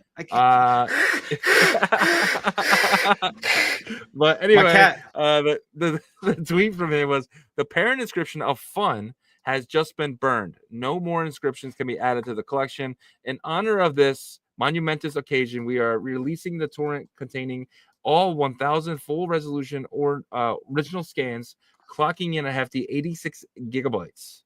So basically, the BitTorrent magnet link is recorded in the burn metadata of the parent inscription, but the torrent with some trackers is also available for download. So you guys can actually download all these images, but these will be an ordinal collection, 1,000 images, ordinal collection. But yeah, Casey is just acting like the ultimate warrior here, because that is Casey right there. Instead of building for runes, he's putting out a collection. So there's that. Yeah, I just went to another place. So you're not bullish on fun? Not at all. You're not gonna. This is Casey's first collection. Like I understand you're with the anti stuff or whatever, but like I don't know, man. This is Casey's first collection. You don't think so you're saying the guy who created Ordinals dropping a collection, and you're I just don't. No, not well. I mean, I'm not saying that people aren't going to spend money on it. Yeah. Look, people spend money. He's made money. I'm sure people spend money on him. Like, well, I assume that he I think he was at the crypto ball. That's $1 million ticket. Yeah, $1 million ticket. So I think it was 100 grand. I think it was 100 grand. From what I heard, it was $1 million ticket. So I'd rather honestly get like some Node Monks or like some OG like early inscription that has like retained its value over the time still. I mean, obviously I say retained value in terms of still one of the top, but like when you go from 0.85 to what 0.08, that's not really a lot. Well, I guess from the USD 90%. Perspective, no, still not. Yeah, I mean that's still, it's probably like 70% USDD and then 90% against Bitcoin. But Danny Boy says, no way would I invest in a Casey collection. You guys, everyone invested in Casey's project, which is Ordinals. I just don't get it. I don't get the hate. And myself says he's probably too busy doing witchcraft. I don't. That's funny. That's funny. All right. Let's kind of get into our next segment here. So now every Friday, guys, we are doing this cool thing called Emblem Hour. We're going to be showcasing emblems to you guys, man. They're actually building some really cool stuff. They're actually one of the few places that is building AI on Bitcoin. You have, Butoshi with everything he's building, and now Emblem Vault. They're building something absolutely amazing with Agent Hustle, and they're going to allow you to actually do some really cool stuff with wallets and stuff like that. So every Friday, we're going to be getting updates from them, from the team. Today, we have the amazing Chris Dev joining us. So without further ado, let's bring him in. Chris, welcome to Ordinal Revolution. What's up, guys? How we feeling? How we feeling? Great to be here. Great to see you guys, and good fun, good convo so far. What's going on, everyone? Not much. Thanks for joining us, man. Yeah, man. Nice to finally meet. Been following you guys for a minute. I love the work that you put out. So yeah, excited to get into it, man. This is great. Appreciate it. Appreciate it. If you wouldn't mind, for people who don't know you, I've been following you. I watch you go on Emblem Show, but if you wouldn't mind kind of giving your background of who Chris Dev is. Yeah, man. I guess crypto Chris Dev. I got in the industry in 2016, mostly as a trader. Have been trading crypto for, I guess, like almost 9 years now. It's been a journey for sure. So was trading for maybe 4 or 5 years in the crypto scene. 2020 came around and I live in Las Vegas too. So met up with Jake. We were like tangentially friends. We went to college together. We were in the same in different fraternities, but at the same school. I saw this guy just kind of posting all this nonsense all over my timeline that was clearly like crypto directly. And I was like, man, back then you didn't really talk about crypto publicly. There was Offset. It was like just like nerd radar. It was like, dude, you got to chill on the timeline. But I was like, I'm probably the only one that understands what you're talking about. So we should probably meet up. Met up with him. We started a consulting business here, crypto consulting business in like 2020. Trying to get kind of, some of these big businesses involved in the industry, work on their strategies with them. It was way too early. We started the biggest crypto meetup in Las Vegas back then. So that was a pretty cool accomplishment. Just kind of getting a bunch of crypto people together, spreading the message, chatting everything, Bitcoin, crypto, NFTs were kind of blowing up at that point in time, and just kind of running the markets, doing that thing. And then after COVID and all that, things kind of started to, settle down. We went through another bear market. We were kind of still building, but it was pretty difficult. Jake got more into the NFT side. I was like more into the tech side. I got more into Solana, more into the new kind of smart contract platforms and things like that. And then he started working at Emblem, and Emblem was kind of, it was like the coolest thing that I had come across since I got into Bitcoin originally.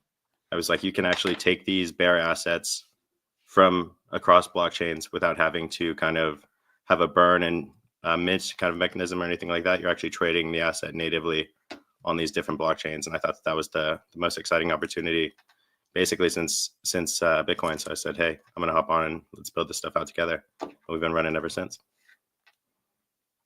That's awesome, man. It's a deep kind of experience in the space, and kind of you talking about like taking assets from Bitcoin and onto other chains and doing that, which was what Emblem was known for. Kind of brings me back to the conversation we just ended the show on, and how you how you might feel with this, this token kind of new war, or I guess like revived war happening between BRC20 and Runes. How do you feel about the overall sentiment of Runes and this possible new revival of the war? Well, I mean, we like, we're launching our token on Runes, Emblem Vault keys. So we're big Runes fans. It really comes down to the user experience. BRC 2.0, as far as I'm concerned, they're still about 2 clicks per transaction, and the kind of user experience kind of matters a lot. And so it's easy to get caught in the weeds on, the traction and everything else. But similar to the Ethereum community is kind of where the Runes community is now. It's not really an innovation problem as far as it is a price problem, in my opinion.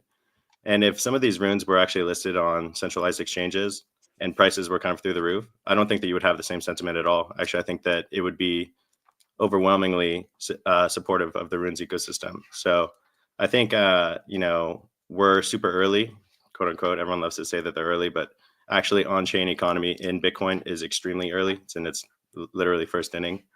And is there a little bit of competition there? I do guess so, but I think that Runes has overwhelming support of pretty much everyone. So I'm not too worried about it personally. So like my big pushback with the Runes right now is like, if you need a centralized exchange to kind of push your token forward to the next level, then I don't think you're in a good place, right? So and maybe that's just a meme coin thing. I'm not really a meme coin guy. I like innovation and stuff like that. But at the same time, if there was a project came out and said, all we got to do is get listed on Coinbase, or we got listed on Coinbase, and that's how we're going to make it, to me that's a red flag, That's a fair assessment, but also that's like how every token ever has made it. Doge, Ethereum, Solana, everyone built their centralized kind of infrastructure and then moved on to the on-chain economy. And here with Runes, everyone expects it to be the ninth inning. It's not the ninth inning, it's the first inning. So I think it's just a timing mismatch issue personally. And you have to realize, most people in the world don't do anything with their coins. They buy them and they hold them in their wallet. And is the Bitcoin experience that awful that no one would ever touch these coins? It's a little rough right now, but most people just buy the coins and then they hold them and don't do anything with them. They don't stake them. They don't put them in DeFi. They don't use any of the infrastructure. They buy and they hold. And so if you can improve that Runes experience by a couple of minutes, whatever it would be, the experience is pretty similar. I always say just good enough. It has to get to good enough to where no one really cares about that much friction. They want to buy the tokens and they want to hold them. And I don't want to do that. I want to stake them. I want to earn yield on. I hate holding stuff where I can't. You can stake on Fluid.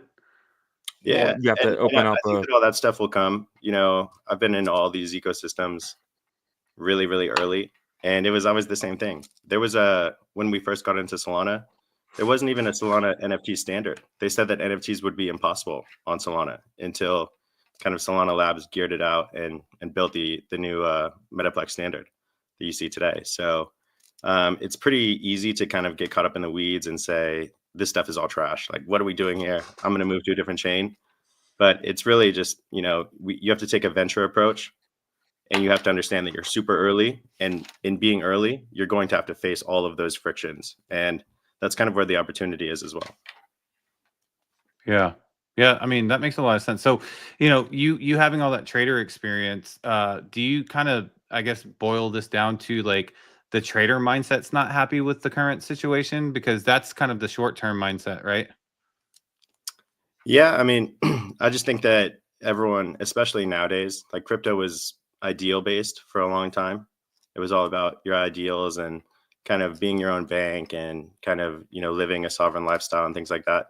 Well, the meta in crypto now is just, I need to get rich by any means. It's kind of sick, but it is what it is, right? And so people are going to be looking for that. That's what they want to do. And as builders, you have to kind of deal with that. Like people just want the token to go up no matter what. And sometimes it's just going to take a little while because the infrastructure is going to lag. But that doesn't mean that the innovation that is happening, even if it might be a little bit slow, isn't meaningful and real progress isn't actually occurring. Like you guys were talking about Casey and kind of, what is he doing and things like that. And I mean, a lot of the time these things can't happen overnight necessarily, right? And I mean, if you think about it, he has had the most influence on the Bitcoin protocol of basically anyone since Satoshi Nakamoto. Like that is incredible. And I have to give hats off to that. I can't really just say that, his contributions haven't been meaningful because I think that they've been like extremely meaningful. And even if this isn't the final phase, then we will have a final phase. And, you always stand on the shoulders of giants and build on the builders before you. So it's really like a cumulative process and a collaboration. And I think that this is really just the very, very beginning. Yeah, 100%. And you definitely hit me on the head right there because that's me. I'm chasing, You I want to get rich. So I want financial freedom. Everyone wants it now, right? And everyone says, oh, the bull market only has 8 months left or 9 months left or a year left. Well, builders are building here to create a legacy for eternity, for the rest of their lives, because that's what Bitcoin stands for, right? Building here because it's going to be there forever. And so it might not fit in that 8-month time period that everyone's looking for, but we're going to build it anyways. And I think that that's where the real momentum is. Yeah. I guess, I was just gonna say, if I ever need like a pep talk or anything, I'm gonna hit you up, dude. I feel like you literally just like made us all in our audience too feel better. We even had a comment from WebJoe that says, "Thank you for explaining Chris with a heart in there." So good job with that breakdown. I mean, man, we have this industry more than any other industry in the entire world loves to get over our skis. We love it. We love Bitcoin's going to $1 million. Well, it better be $1 million today. How about that? Why is it not $1 million today? And so just building this shit is super hard, like extremely hard. I work in tech, obviously. You always had deadlines. You always have to push those out because there's just so many things that go wrong. But I mean, building it, you're literally building the frontier of the future. And that is like the most exciting thing that I can imagine being a part of. 100%. And I'd love your perspective. I just want to hit on one more thing, and then we'll jump into Emblem real quick. Yeah. So what happened if BRC 2.0? I'm not sure if you heard about it yet. It just came out today, so it's very new. I'm going to be digging into it all weekend and really get a good perspective by Monday. But anyway, from what we hear, you're going to be able to do smart contracts and stuff like that using these inscription based, and you're not bridging, you're kind of uplifting and stuff like that. But what happens if we actually get programmability with BRC 20s and we don't get anything from runes? Runes just becomes that meme standard, and that's it. Do you see Solana people coming here and playing in the meme game, or actually going after programmability? Yeah, I mean, first we have to see the programmability. Everyone says that there's going to be programmability. When and where? Just show it to me. People are tired of hearing about these protocols. They don't care. They want action. They want to see it live. They don't want to read about it. They don't want to hear about it. They want to use it. So how close is that? I can't tell you for sure. It depends on their development team. But if it's real, then of course people will use it. I just like to internally we talk about it a lot, just because we have communities that we manage and things of that nature. But I mean, when I joined the team, I was a Solana maxi at that point in time, because Solana was kind of still on its kind of adoption curve. And most of the team thought that I was like kind of wacky because I was into Solana. Solana was like 20 bucks. And then it turns out that Solana was the biggest narrative of the entire cycle, right? And so if you look back a year's time, nobody was using Solana. Nobody thought that it was going to be even a mainstream blockchain. And look at where we are exactly 1 year later. People think that the only thing that matters is Solana. So it's very easy to get caught up in these day-to-day narratives, but you have to look at like where the future is and how much progress we've made, and now it's funny because I've become like the Ethereum bull on the team when I was the least thing from an Ethereum bull for the past couple of years. But you just kind of get the narrative kind of takes over, and the communities just hate that they're sidelined or waiting for price to go up while everyone else is making money. And that turns into a fury on the timeline. Is there innovation going on in the Ethereum Foundation? They have the best developer ecosystem in the entire world. They have a distributed network of thousands of developers all across the globe. That's way better than what Solana has. I mean, is it taking a little while for the layer 2 kind of framework to play out? Sure, but Vitalik stood on business. He said, we're going to build the layer 2s. And you kind of have to let him cook and let his vision play out, because he hasn't been swayed from it. So, I mean, he's been building that since he was like 16 years old. I think that the Ethereum FUD is super overblown, and just in general, I just think that you need to let these things play out, because just because price isn't going up doesn't mean that real innovation isn't happening. Yeah, we're going through that kind of situation on a much smaller scale because Ethereum's network and community is bigger, but like we're kind of going on through that as well right now, where people are just disappointed and all that stuff. But like you said, it's a patience thing, and you got to think about the future. But yeah, that's exciting stuff, man. I just kind of feel better about things now. So that's good. Well, happy we can have a therapy session, because I think everyone needs it. Just in everyone wants to make a bunch of money. Everybody wants to be a part of history. That's where we are today. Like, you are a part of history. You're here. You got the hard part out of the way. You found your way here. And now you need to take the next step, right? Whether that's making a bunch of money, making a name for yourself, whatever kind of fulfills you. But the hard part is out of the way. Out of 7.5, 8 billion people, you found your way into this small niche of the internet where money's falling from the sky if you are in the right spot, and technology is innovating faster than anywhere else on the planet. So you kind of you're in the right spot, and just now it's not the time to kind of get gloomy and doomy. It's actually to get positive and find what's actually going to be the future and try and invest in it. Yeah, man, 100%. And like, to your point, money falling to the sky. I mean, being in Ordinals and being in Bitcoin the last 2 years, I mean, we've got seen over $200,000 in airdrops, right? All you had to do was participate. I mean, there was airdrops falling out of the sky. I mean, I got smacked with runestones, like 9 of them, right? Yes, so it was absolutely what does like that glorious. In the world? Are you going to do that? No, Are you going to have a job that gives you $50,000 for free? Like, not really. Yeah. And I mean, looking back over the years, no one wanted Bitcoin. Nobody wanted anything in crypto. No one wanted anything to do with Bitcoin. They wanted Ethereum. They only wanted Ethereum. Bitcoin was useless. It was slow. It was like rock. Nobody even liked gold. Why would they like digital gold? It made no sense. And now everybody wants Bitcoin and nobody wants Ethereum, and people only want Solana. And so the narrative in this industry changes super quick, but you just have to look, through the fog and just understand that real innovation takes time, and everyone is kind of building on everything else. And, you're literally like building the bridge as you're on the bridge. You have to like go piece by piece. You can't just jump, otherwise you'll fall off the side. So it's kind of a little bit more complicated than it would seem. It took Solana over 6 years, right? Solana was nothing really last cycle, man. Yeah, it went to $250, but the innovation on chain wasn't really there. This cycle we've seen, especially the last 2 years, that they have innovated to something beyond successful, and that takes time. And we're 6 years into Solana at this point, and 2 years into Ordinal. So yeah. Yes, Well, sir. they survived the biggest onslaught too, right? Because it They was did. like constantly FUD with like centralized chain that can be paused all the time. And then after that, they got through with that, then FTX. And then like for Yeah. them to survive, I feel damn good actually where we are. I feel like we got into a little bit of an entitlement syndrome here over in It was Bitcoin. rough. So It maybe was we rough. just, yeah, 100%. It was rough. 100%. I was there since it was $8 all the way back up and back and forth, right? And what really kept Solana alive was actually the NFT community. It had a vibrant NFT community that just was steadfast in believing that that was the most user-friendly chain. And that kind of community kept it afloat. And it's kind of interesting because that's not even a big part of Solana anymore. Most people are into meme coins and kind of DeFi on Solana. But a lot of the FUD coming out of the bear market was, oh, Solana will never catch on. It might have NFTs, but it doesn't have TVL. There's no activity on chain. And if you're into DeFi, you want to go where there's not a ton of money yet so that you can get higher APYs when the money comes in. So it was like a lot of these people, a lot of the stuff that you see on the timeline, you just shouldn't, they're not serious people. They have no idea what they're doing. No offense to some of them. It's just that they're bag holders. Like everyone has extreme bag bias. The truth is that everyone wants only their coin to go up and probably no one else's because they don't want to feel left out.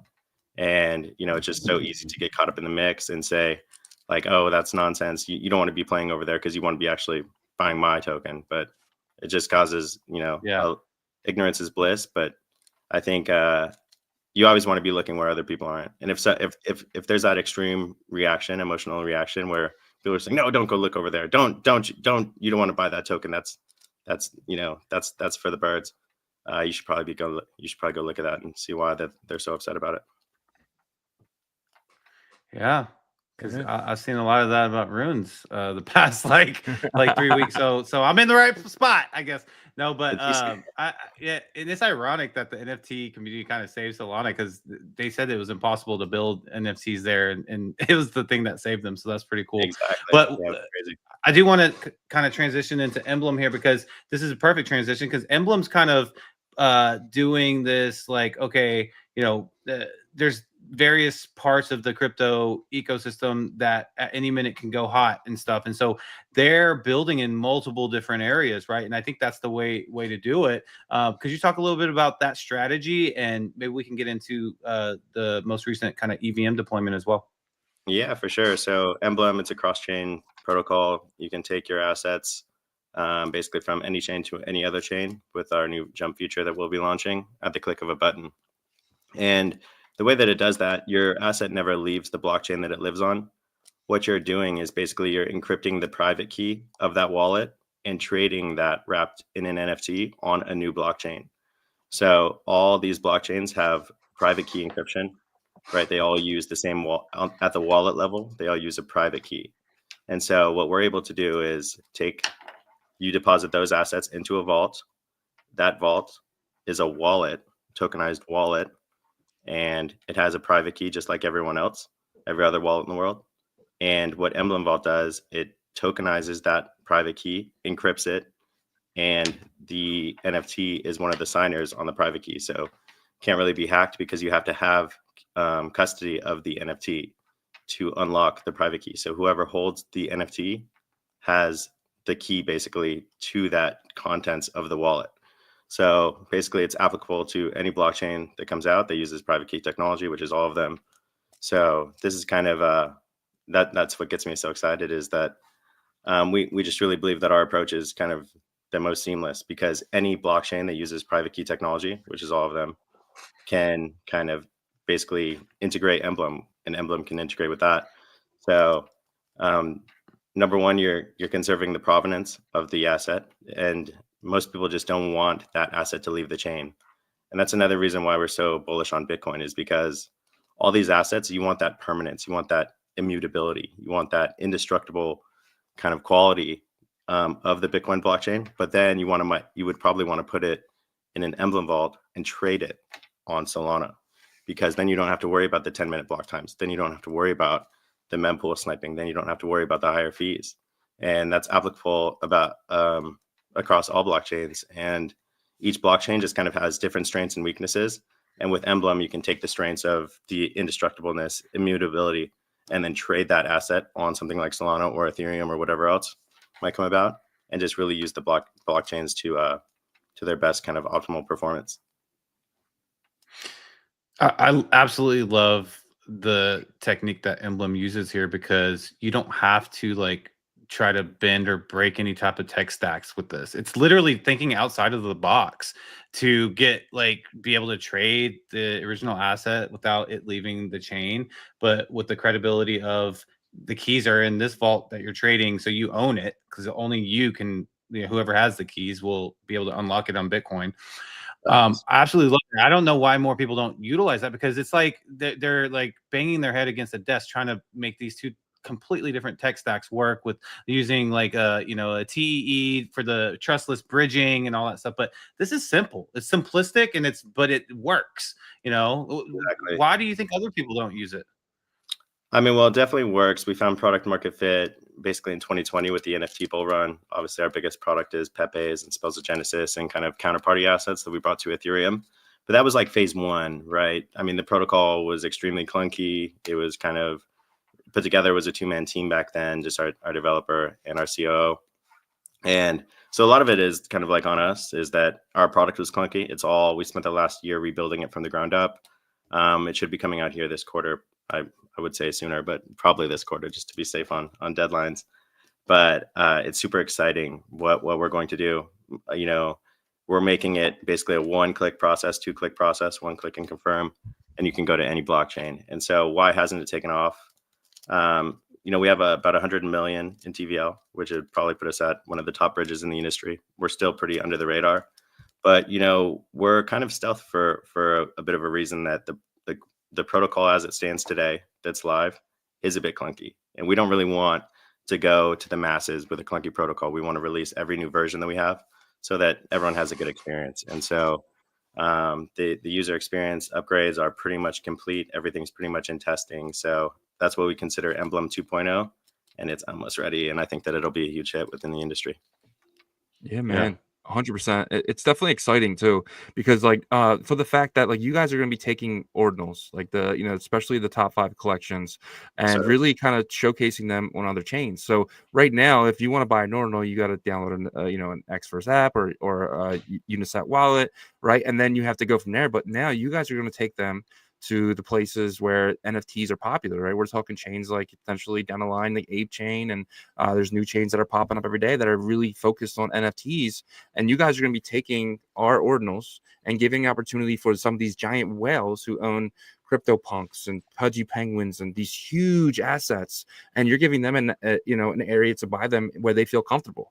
And that is the biggest thing. And so you're not just helping Emblem. It's amazing for Emblem, but it's huge for the ordinal space. Yeah, so we're like an institution within the crypto space, because so many people rely on us to basically exist. If Emblem hadn't have been there for Rare Pepe's or Spells of Genesis or some of these early collections, would they be at the size that they are today?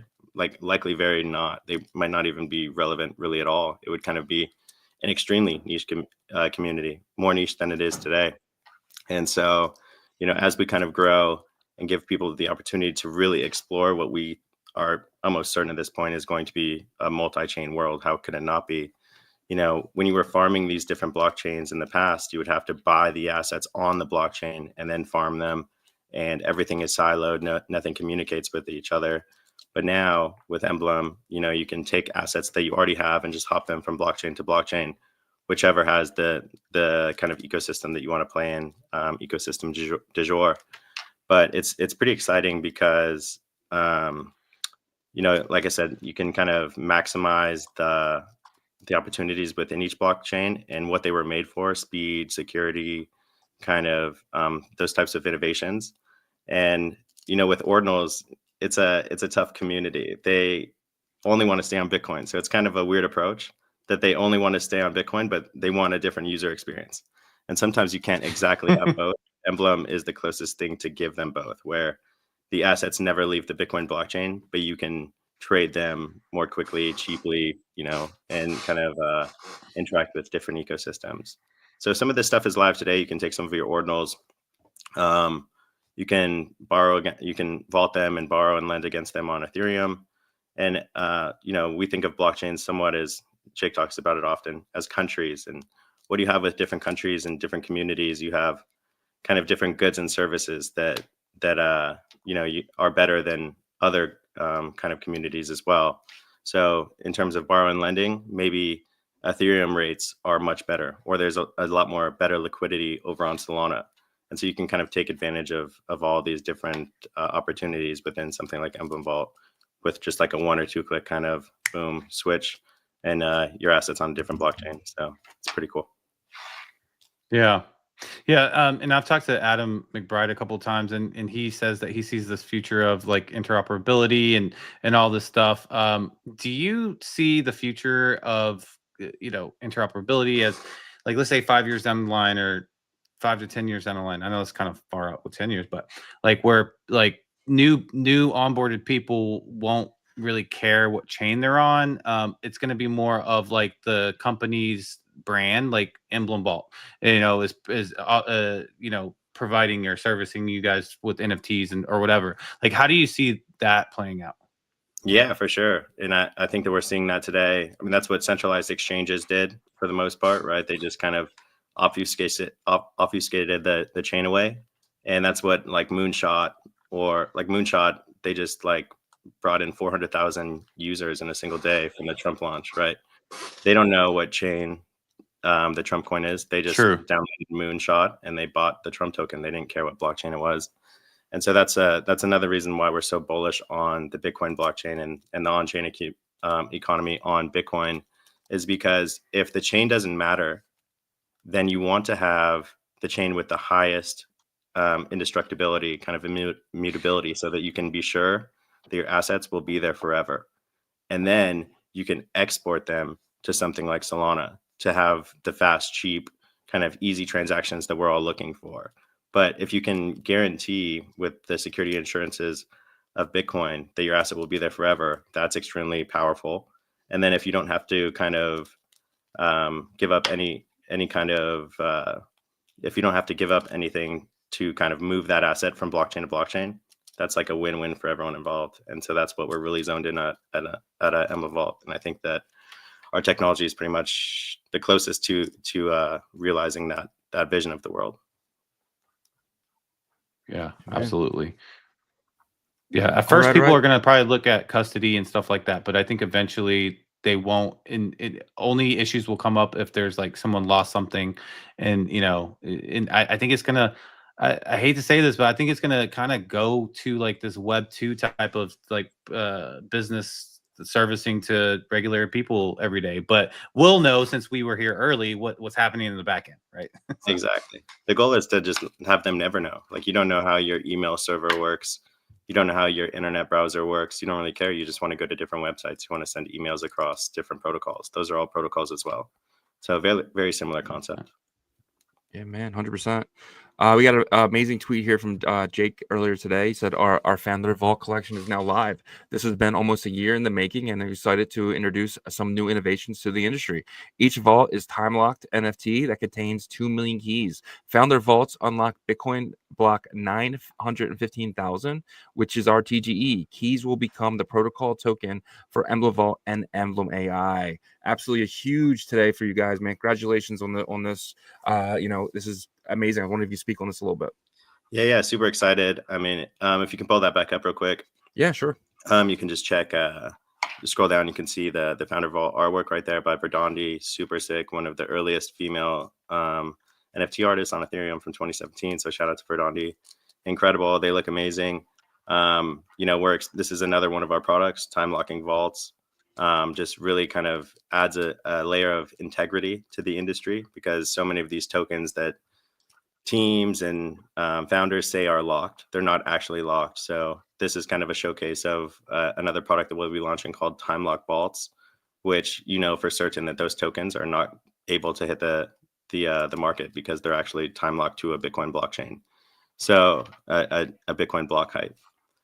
So pretty exciting. And then, you know, this is just the way forward for Emblem Vault. We're super bullish on the Bitcoin ecosystem. We are super bullish on runes.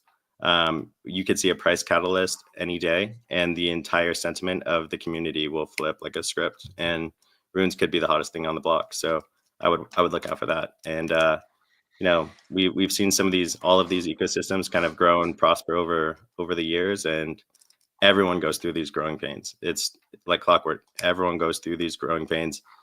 Everyone has uncertainty or, you know, doubts that you know, it might actually, maybe it doesn't come to fruition, but we don't really have that when looking at runes, because like I said, we see it as one of the biggest innovations that's ever happened to Bitcoin. We see it as this is a token industry. That's the innovation of crypto here. And people want tokens. They want tokens on Solana. They want tokens on Bitcoin. They want tokens on Ethereum. But more than the blockchain, they just want the best quality tokens. And so whatever, you know, project founders, project teams kind of produce that, no matter what blockchain they're on, I think that they're going to get a lot of traction over the years.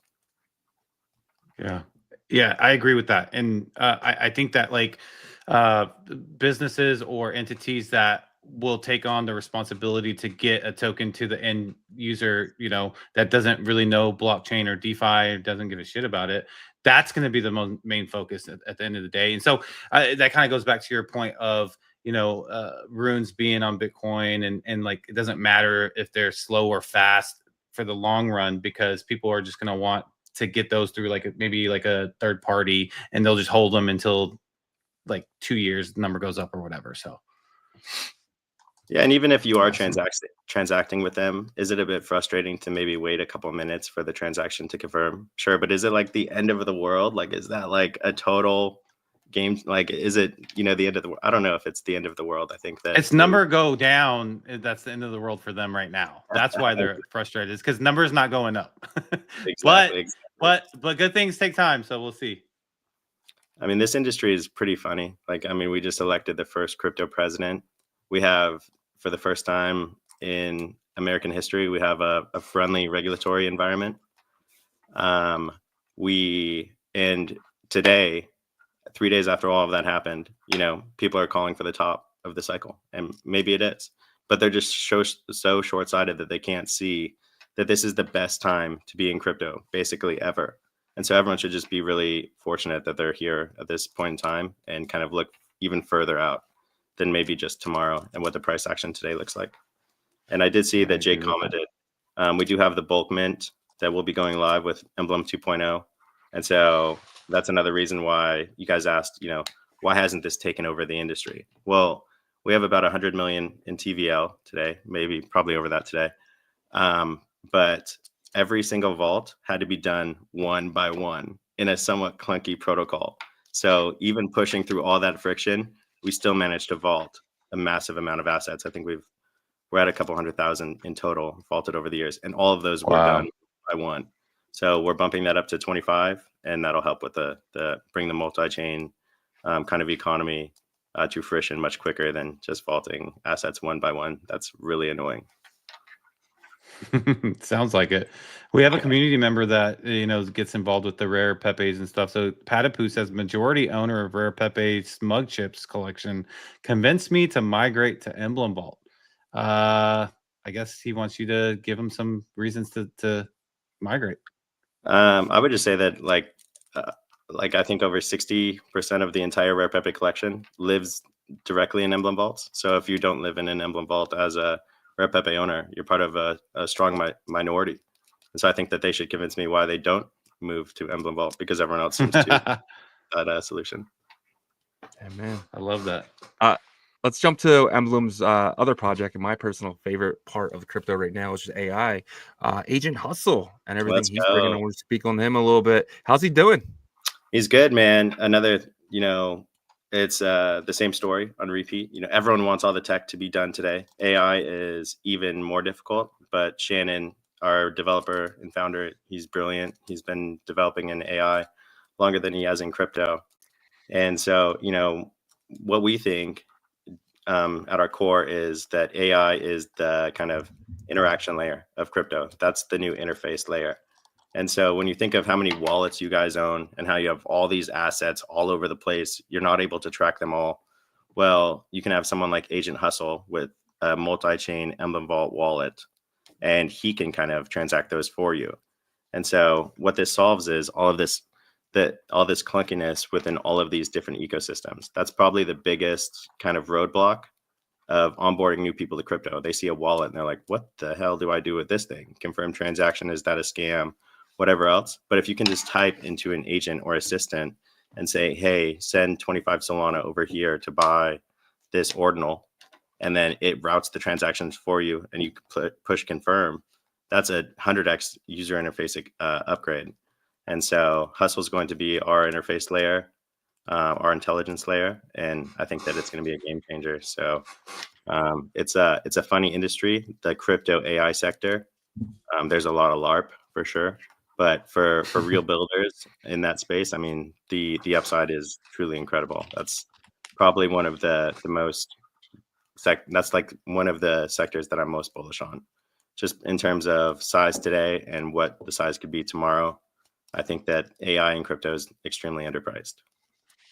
Yeah, 100%. And like my favorite part about this too is like I can use two of your projects at once, right? I'm gonna be able to tell the Agent Hustle, hey, I have my Node Monkey on Ape Chain. I want to take it to base. Can you do that for me? That's something he'll be able to do, correct? Yeah. And we're building it. A lot of people are building these to be like expert traders or whatever it might be. That's extremely difficult. These bots and kind of almost agent-like algorithms have been in existence on Wall Street for tens of years already. You're not going to beat their trading algorithms, but what you can beat is kind of an assistant, right? And you can say, I want to lend my Node Monk. What are the best lending rates across chains? And then in the panel, it'll tell you, and then you can kind of, it'll give you the best rates, and then it can kind of zoom you to that direction. You can say, route it over there, send it over to Arcade, send it over to Gandhi, whatever it might be.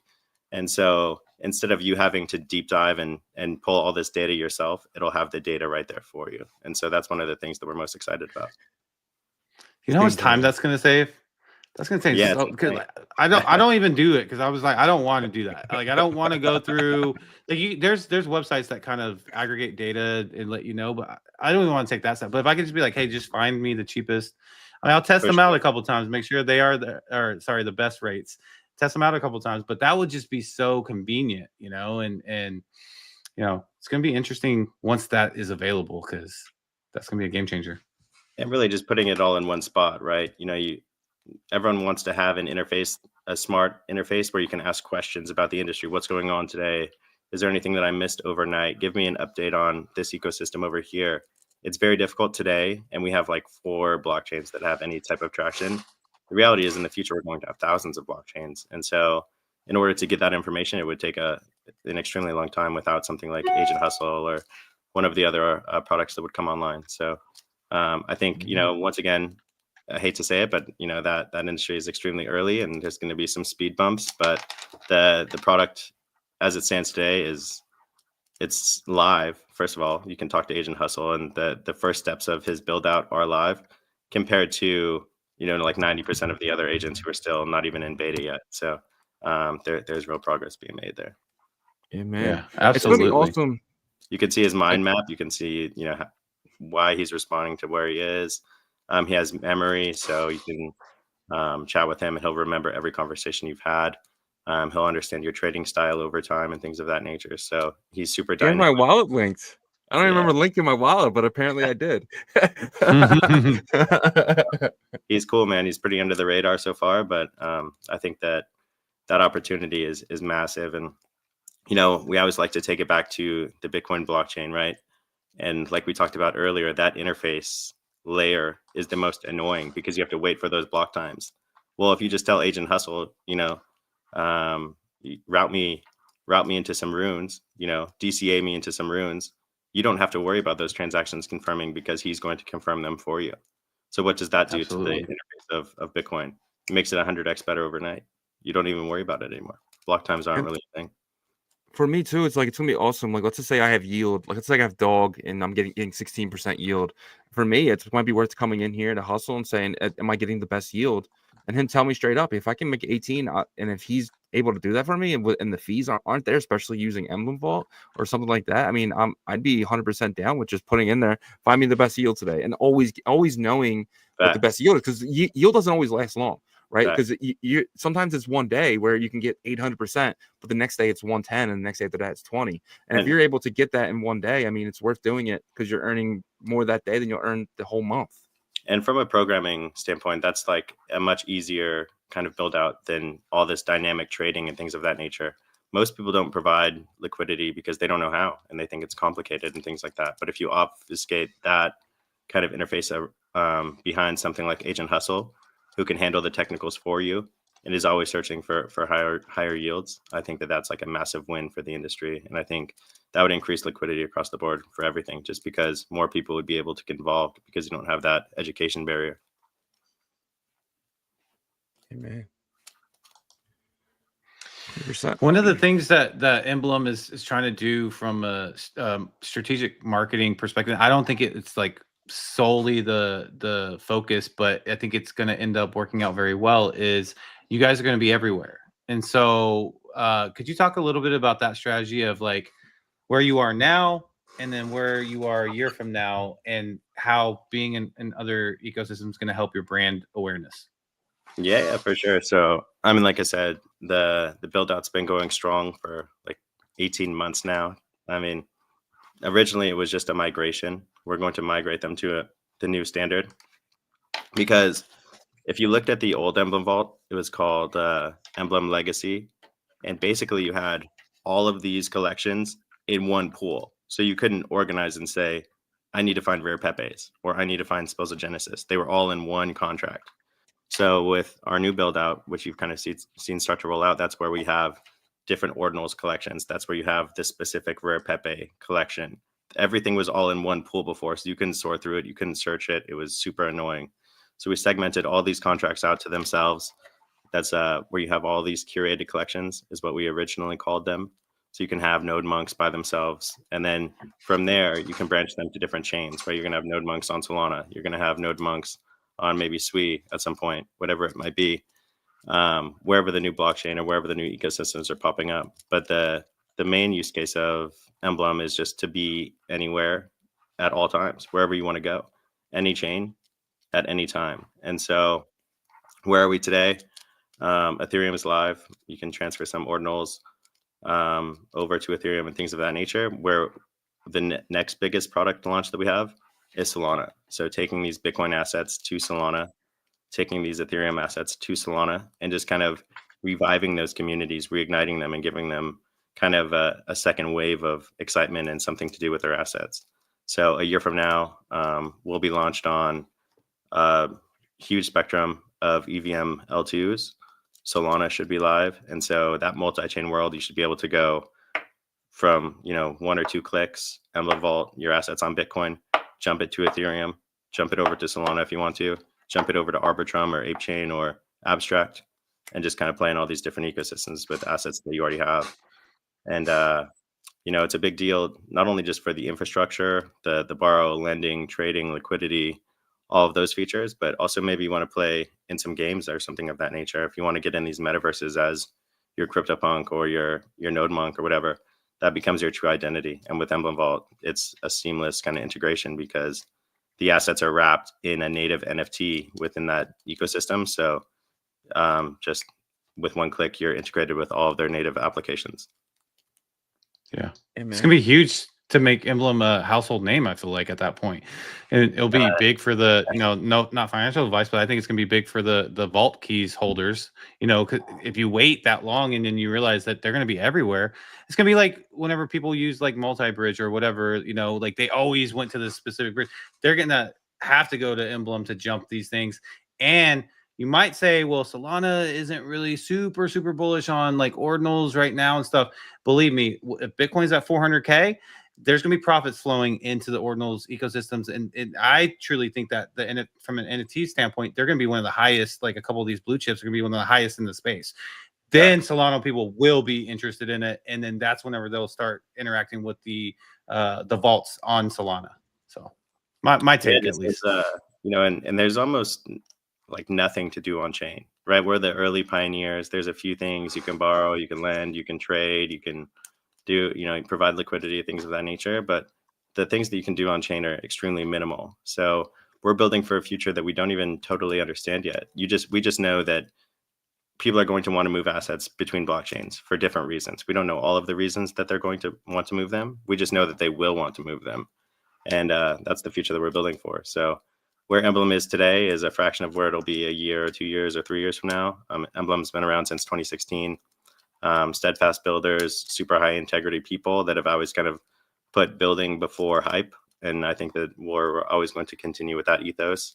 But we have, real technology, and we have real users, and we have a real community that believes in this vision. And so, it's one of the most exciting things that I've ever been a part of in my life. Yeah, man. Absolutely amazing, Chris. Thank you so much for joining us today. And we look forward to you joining us again. But I'd love to give you a little bit more time to maybe talk to our audience. Any last words? Yeah, man. Just, it's easy to lose sight in where we are today and how far we've come.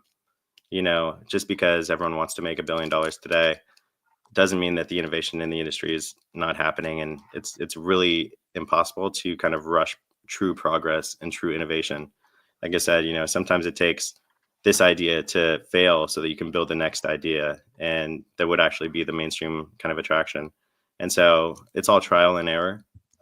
It's easy to get blindsided by everyone trying to follow their wallets rather than, what they think is maybe best for the industry and things of that nature. But, we're building the future here, and there's more opportunity in this industry on a bad day than basically any other industry in the entire world. So I think anyone that's here today is in the right spot. Just keep grinding and try and make some money, but don't forget about all the real progress. And, you're part of, a revolution that's literally changing the world. And so find some fulfillment in that as well. 100%. Love it. It's definitely an ordinal revolution for sure, and you guys are gonna be taking in everything. But guys, go follow Chris right here. It's at Chris_DEVV. Check him out there, and I love your picture here, bud. Thanks, man. I was actually an AI generated before the AI generated, so hey, it is what it is. Cool, man. This was a ton of fun. Thanks for having me, boys. This was great. Yeah, man. A comment from Patty Poo says, "Thank you, Chris and Jake. Appreciate that you're already accomplished, and looking forward to your future product. I'm sold." So you got him, baby. Poo. Let's go. Sure. Get those migrating. That's how good you are, man. No, this was a ton of fun. Hit me up if you guys have any questions, and let's run it back another time. This was a ton of fun. Sounds great. Awesome. Thanks, let's do it. All right. Yeah. Talk soon. Bye. Absolutely amazing. I just want to thank the guys from Emblem Vault for doing this, man. It's really amazing because we get to bring AI, we get to bring stuff from other chains and stuff like that because of Emblem Vault. Emblem Vault's going to be taking our ordinals to chains like potentially Ape Chain or Abstract or Base or many more, and especially Merlin. It's giving you that risk-freeness of not having to trust anybody. I mean, I trust Jeff more than anybody in the space, but you don't have to trust at all using Emblem Vault because it's locked in a vault and it's just brought over there. So it is going to be absolutely amazing being able to jump your assets from chain to chain to chain very quickly. And that's the number one thing. Seeing an opportunity on base and missing it because you're not there, it sucks. But if you're able to do this in seconds, move it from Merlin to that chain, it's going to be really awesome. Yeah, and we get to meet these guys, at least once a month or once a week outside of the Friday segment. And so just to let you know that there's some big brand chains that want them bad to help with this. So, and they want ordinals. So be bullish on that. But yeah, you're absolutely right, man.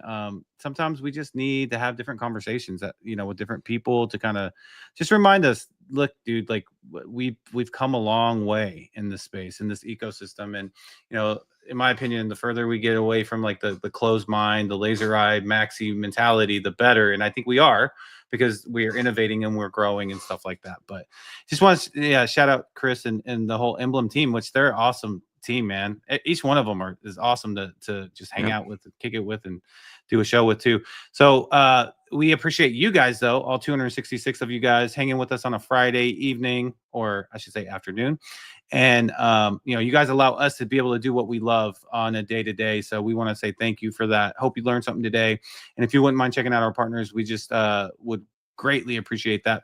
We'll start with Emblem Vault. We just went over them. You're going to be able to jump your ordinals. We just talked about it. Your Puppet, your Node Monk, to Merlin, to Base, to Abstract, Ape Chain, all this stuff. The EVM cohort deployment has started. So be excited about that. Eventually Solana too. So, their branding is going to be everywhere. Emblem Vault's going to be a household name. So you can learn more about them at emblem.vision. And then BetBTC is the predictions marketplace for the Bitcoin ecosystem. They utilize ICP and Bitcoin technology for you to be able to place bets on their marketplace. All you got to have is an Xverse wallet and some Bitcoin, and it takes 6 blocks, and then bam, you can start placing bets. They have bets relating to Bitcoin, sports, all types of bets, but I'm really excited about their create your own markets coming out very soon. You're going to be able to earn up to 1.5% of the total volume of bets placed on the markets you create. So look out for that. You can learn more at betbtc.win. And then BitPerp is the perps and leverage DEX of the Bitcoin ecosystem. They allow you to trade Bitcoin synthetic assets. They're going to allow you to trade other popular assets in the Bitcoin ecosystem and outside of the Bitcoin ecosystem, such as Trump coin. You'll be able to short stuff like that, long, it doesn't matter, whatever you want to do. Should be a lot of fun. They will have a big announcement regarding their entire project. So just keep your notifications on and make sure you're following those guys. Learn more at bitperp.io. And Fluid Tokens, they are the UTXO wizard devs that build and build and build. They're first to offer retail staking vaults to your to Bitcoin Layer 1. If you are a founder of an ordinal collection or etched a rune and you haven't established a community, make sure you have an established community. Reach out to Raul and he'll get you set up for a staking vault. Look for more updates from this team, man. They're continually building. They are building the bridge from Cardano to Bitcoin, vice versa. And make sure you are paying attention to the staking opportunities, though. Right now, it's their path to earn their future rune, and also next week they should have the season 2 of the Doggo to the Moon staking vault open. So make sure you're following those guys and turning their notifications on as well. Merlin Chain, the #1 scaling solution for Bitcoin native L1 assets and protocols. If you are a builder and you on Bitcoin Layer 1 and you want your protocol to be a bit more flexible, seamless, reach out to Merlin Chain and apply for a builder's grant. A couple of our partners got approved for that grant, so it's not impossible. They have great builder support there. And if you are a retail user and you want to use something similar to Uniswap, you can use a Merlin swap to trade your rep BTC to Doggo to the Moon or other assets that live on that chain. You can learn more at merlinchain.io. And then don't forget about our integrated partners. Tomorrow morning, we should have a little something for you guys. We will drop the link in the morning, though, with Foxy and their Clan Wars first-person shooter game. Should be fun. But they're also building the metaverse on Bitcoin called the Bitverse. So make sure you're checking those guys out. And then Ordinal Hive has the aggregator ordinal marketplace on L1 and L2. Going to find the cheapest ordinals around for Bitcoin Layer 1 and Merlin Layer 2. And they have amazing trader tools on their platform as well. So we thank you guys so much for checking out our partners. Yep. Great job as always, man. Shout out to Patty Poo with a $13.99. We appreciate you, man. You, sir, are a legend, Bitcoin machine, grinding every single day. Thank you guys so much. And Malam says she followed Chris. Thank you for your insight. Yes, Chris is the man. Please, guys, go follow him. Go follow Emblem Vault and all of our partners here, guys. And Yagobi mentioned it. I'll mention it one more time. Please, guys, tomorrow we're going to be doing something special for Foxy. We're going to be, it could be an every Saturday thing if it works out. So if you guys are interested, we are going to test it out first to make sure it does work. But then if it does work, we're going to go live probably around like 8:30, 8:15 area. But we'll put the link in the chat so you guys can actually join the game and come hang out with us and maybe kill us as well. It's going to be fun. It's going to be exciting. So look out for that for tomorrow. We're going, like I said, we're going to test it in the morning first. And if it works out good, we're going to drop the link and you guys are going to be playing with us. It's going to be fun. It's going to be exciting. Check us out tomorrow morning. Real quick, too, I did see that Bitcoin crossed over 107. So congratulations to all Bitcoin holders here, guys. We're about to enter all-time highs. Yagobi, we hitting all-time highs, bro, today? Oh, man. Today? Say yeah. Just say yeah. Just say yeah. Sure. Hell yeah. We got ordinalrevolution.com. Guys, if you have another minute, please check out ordinalrevolution.com. Some of the best articles dating all the way back to last year. If you know someone just entering the space, please send them our website. Really feel like it can help them get started and code up to where we are today. If you guys need a VPN, every single person who watches the show or in crypto period should have a VPN, guys. There is free ones out there. Get a free one. But if you guys want Nord, which is the #1, top of the line, just go to here, click our NordVPN link. It's a 70% off coupon. Guys, it's $3 a month, $2.99 a month. Definitely check it out here at ordinalrevolution.com. If you guys need tickets to Bitcoin 2025 Las Vegas, guys, it's Bitcoin. It's Vegas. It's going to be in May, potentially at the peak of this year. It could be absolutely insane. You guys want to be there with us. It's going to be great. But get your tickets through us. It helps the show at Bitcoin 2025 Las Vegas right there. Everything, you guys will find everything at ordinalrevolution.com. And then our store. We have some of the best merch, not just in ordinals, but in crypto in general. Check us out. If you guys have a PFP and would like us to add it, I will add anything for you guys. I'll add it in like a day or two. So you guys can send me your picture. I'll cut it out. I'll pop it on a shirt, and it's up to you if you guys want to buy it or not. But let me know, and then it'll be in our store forever. So just let us know if you guys want us to add anything. It should be fun. If you have a rune wants to add the logo of your room to a shirt, just let us know. We will add it for you. It's all done through a third party. We do not see your name or address, none of that. We don't do anything. We supply the logos. They do everything else. We make a couple bucks on the side. But we appreciate you guys, and we are live Monday to Friday, 11 a.m. Eastern, 10 a.m. Central, 8 a.m. Pacific, and 4 p.m. UTC. Potentially, we'll see you guys tomorrow. Peace.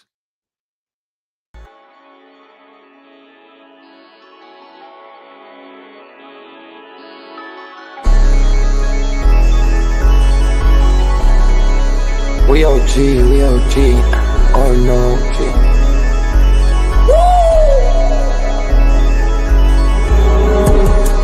You're not bullish enough, yeah. Oh no, you're not bullish enough. You ain't got the oh no. I get stoned by the bolo.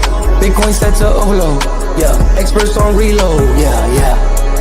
You're not bullish enough, yeah. Oh no, you're not bullish enough. You ain't got the oh no. I get stoned by the bolo. Bitcoin set to overload. Experts on reload. Mempool getting hot. Everybody wanna rock, ayy. Runes is coming, everybody on a knot, ayy. It's a nuisance, Ordinal Revolution, ayy.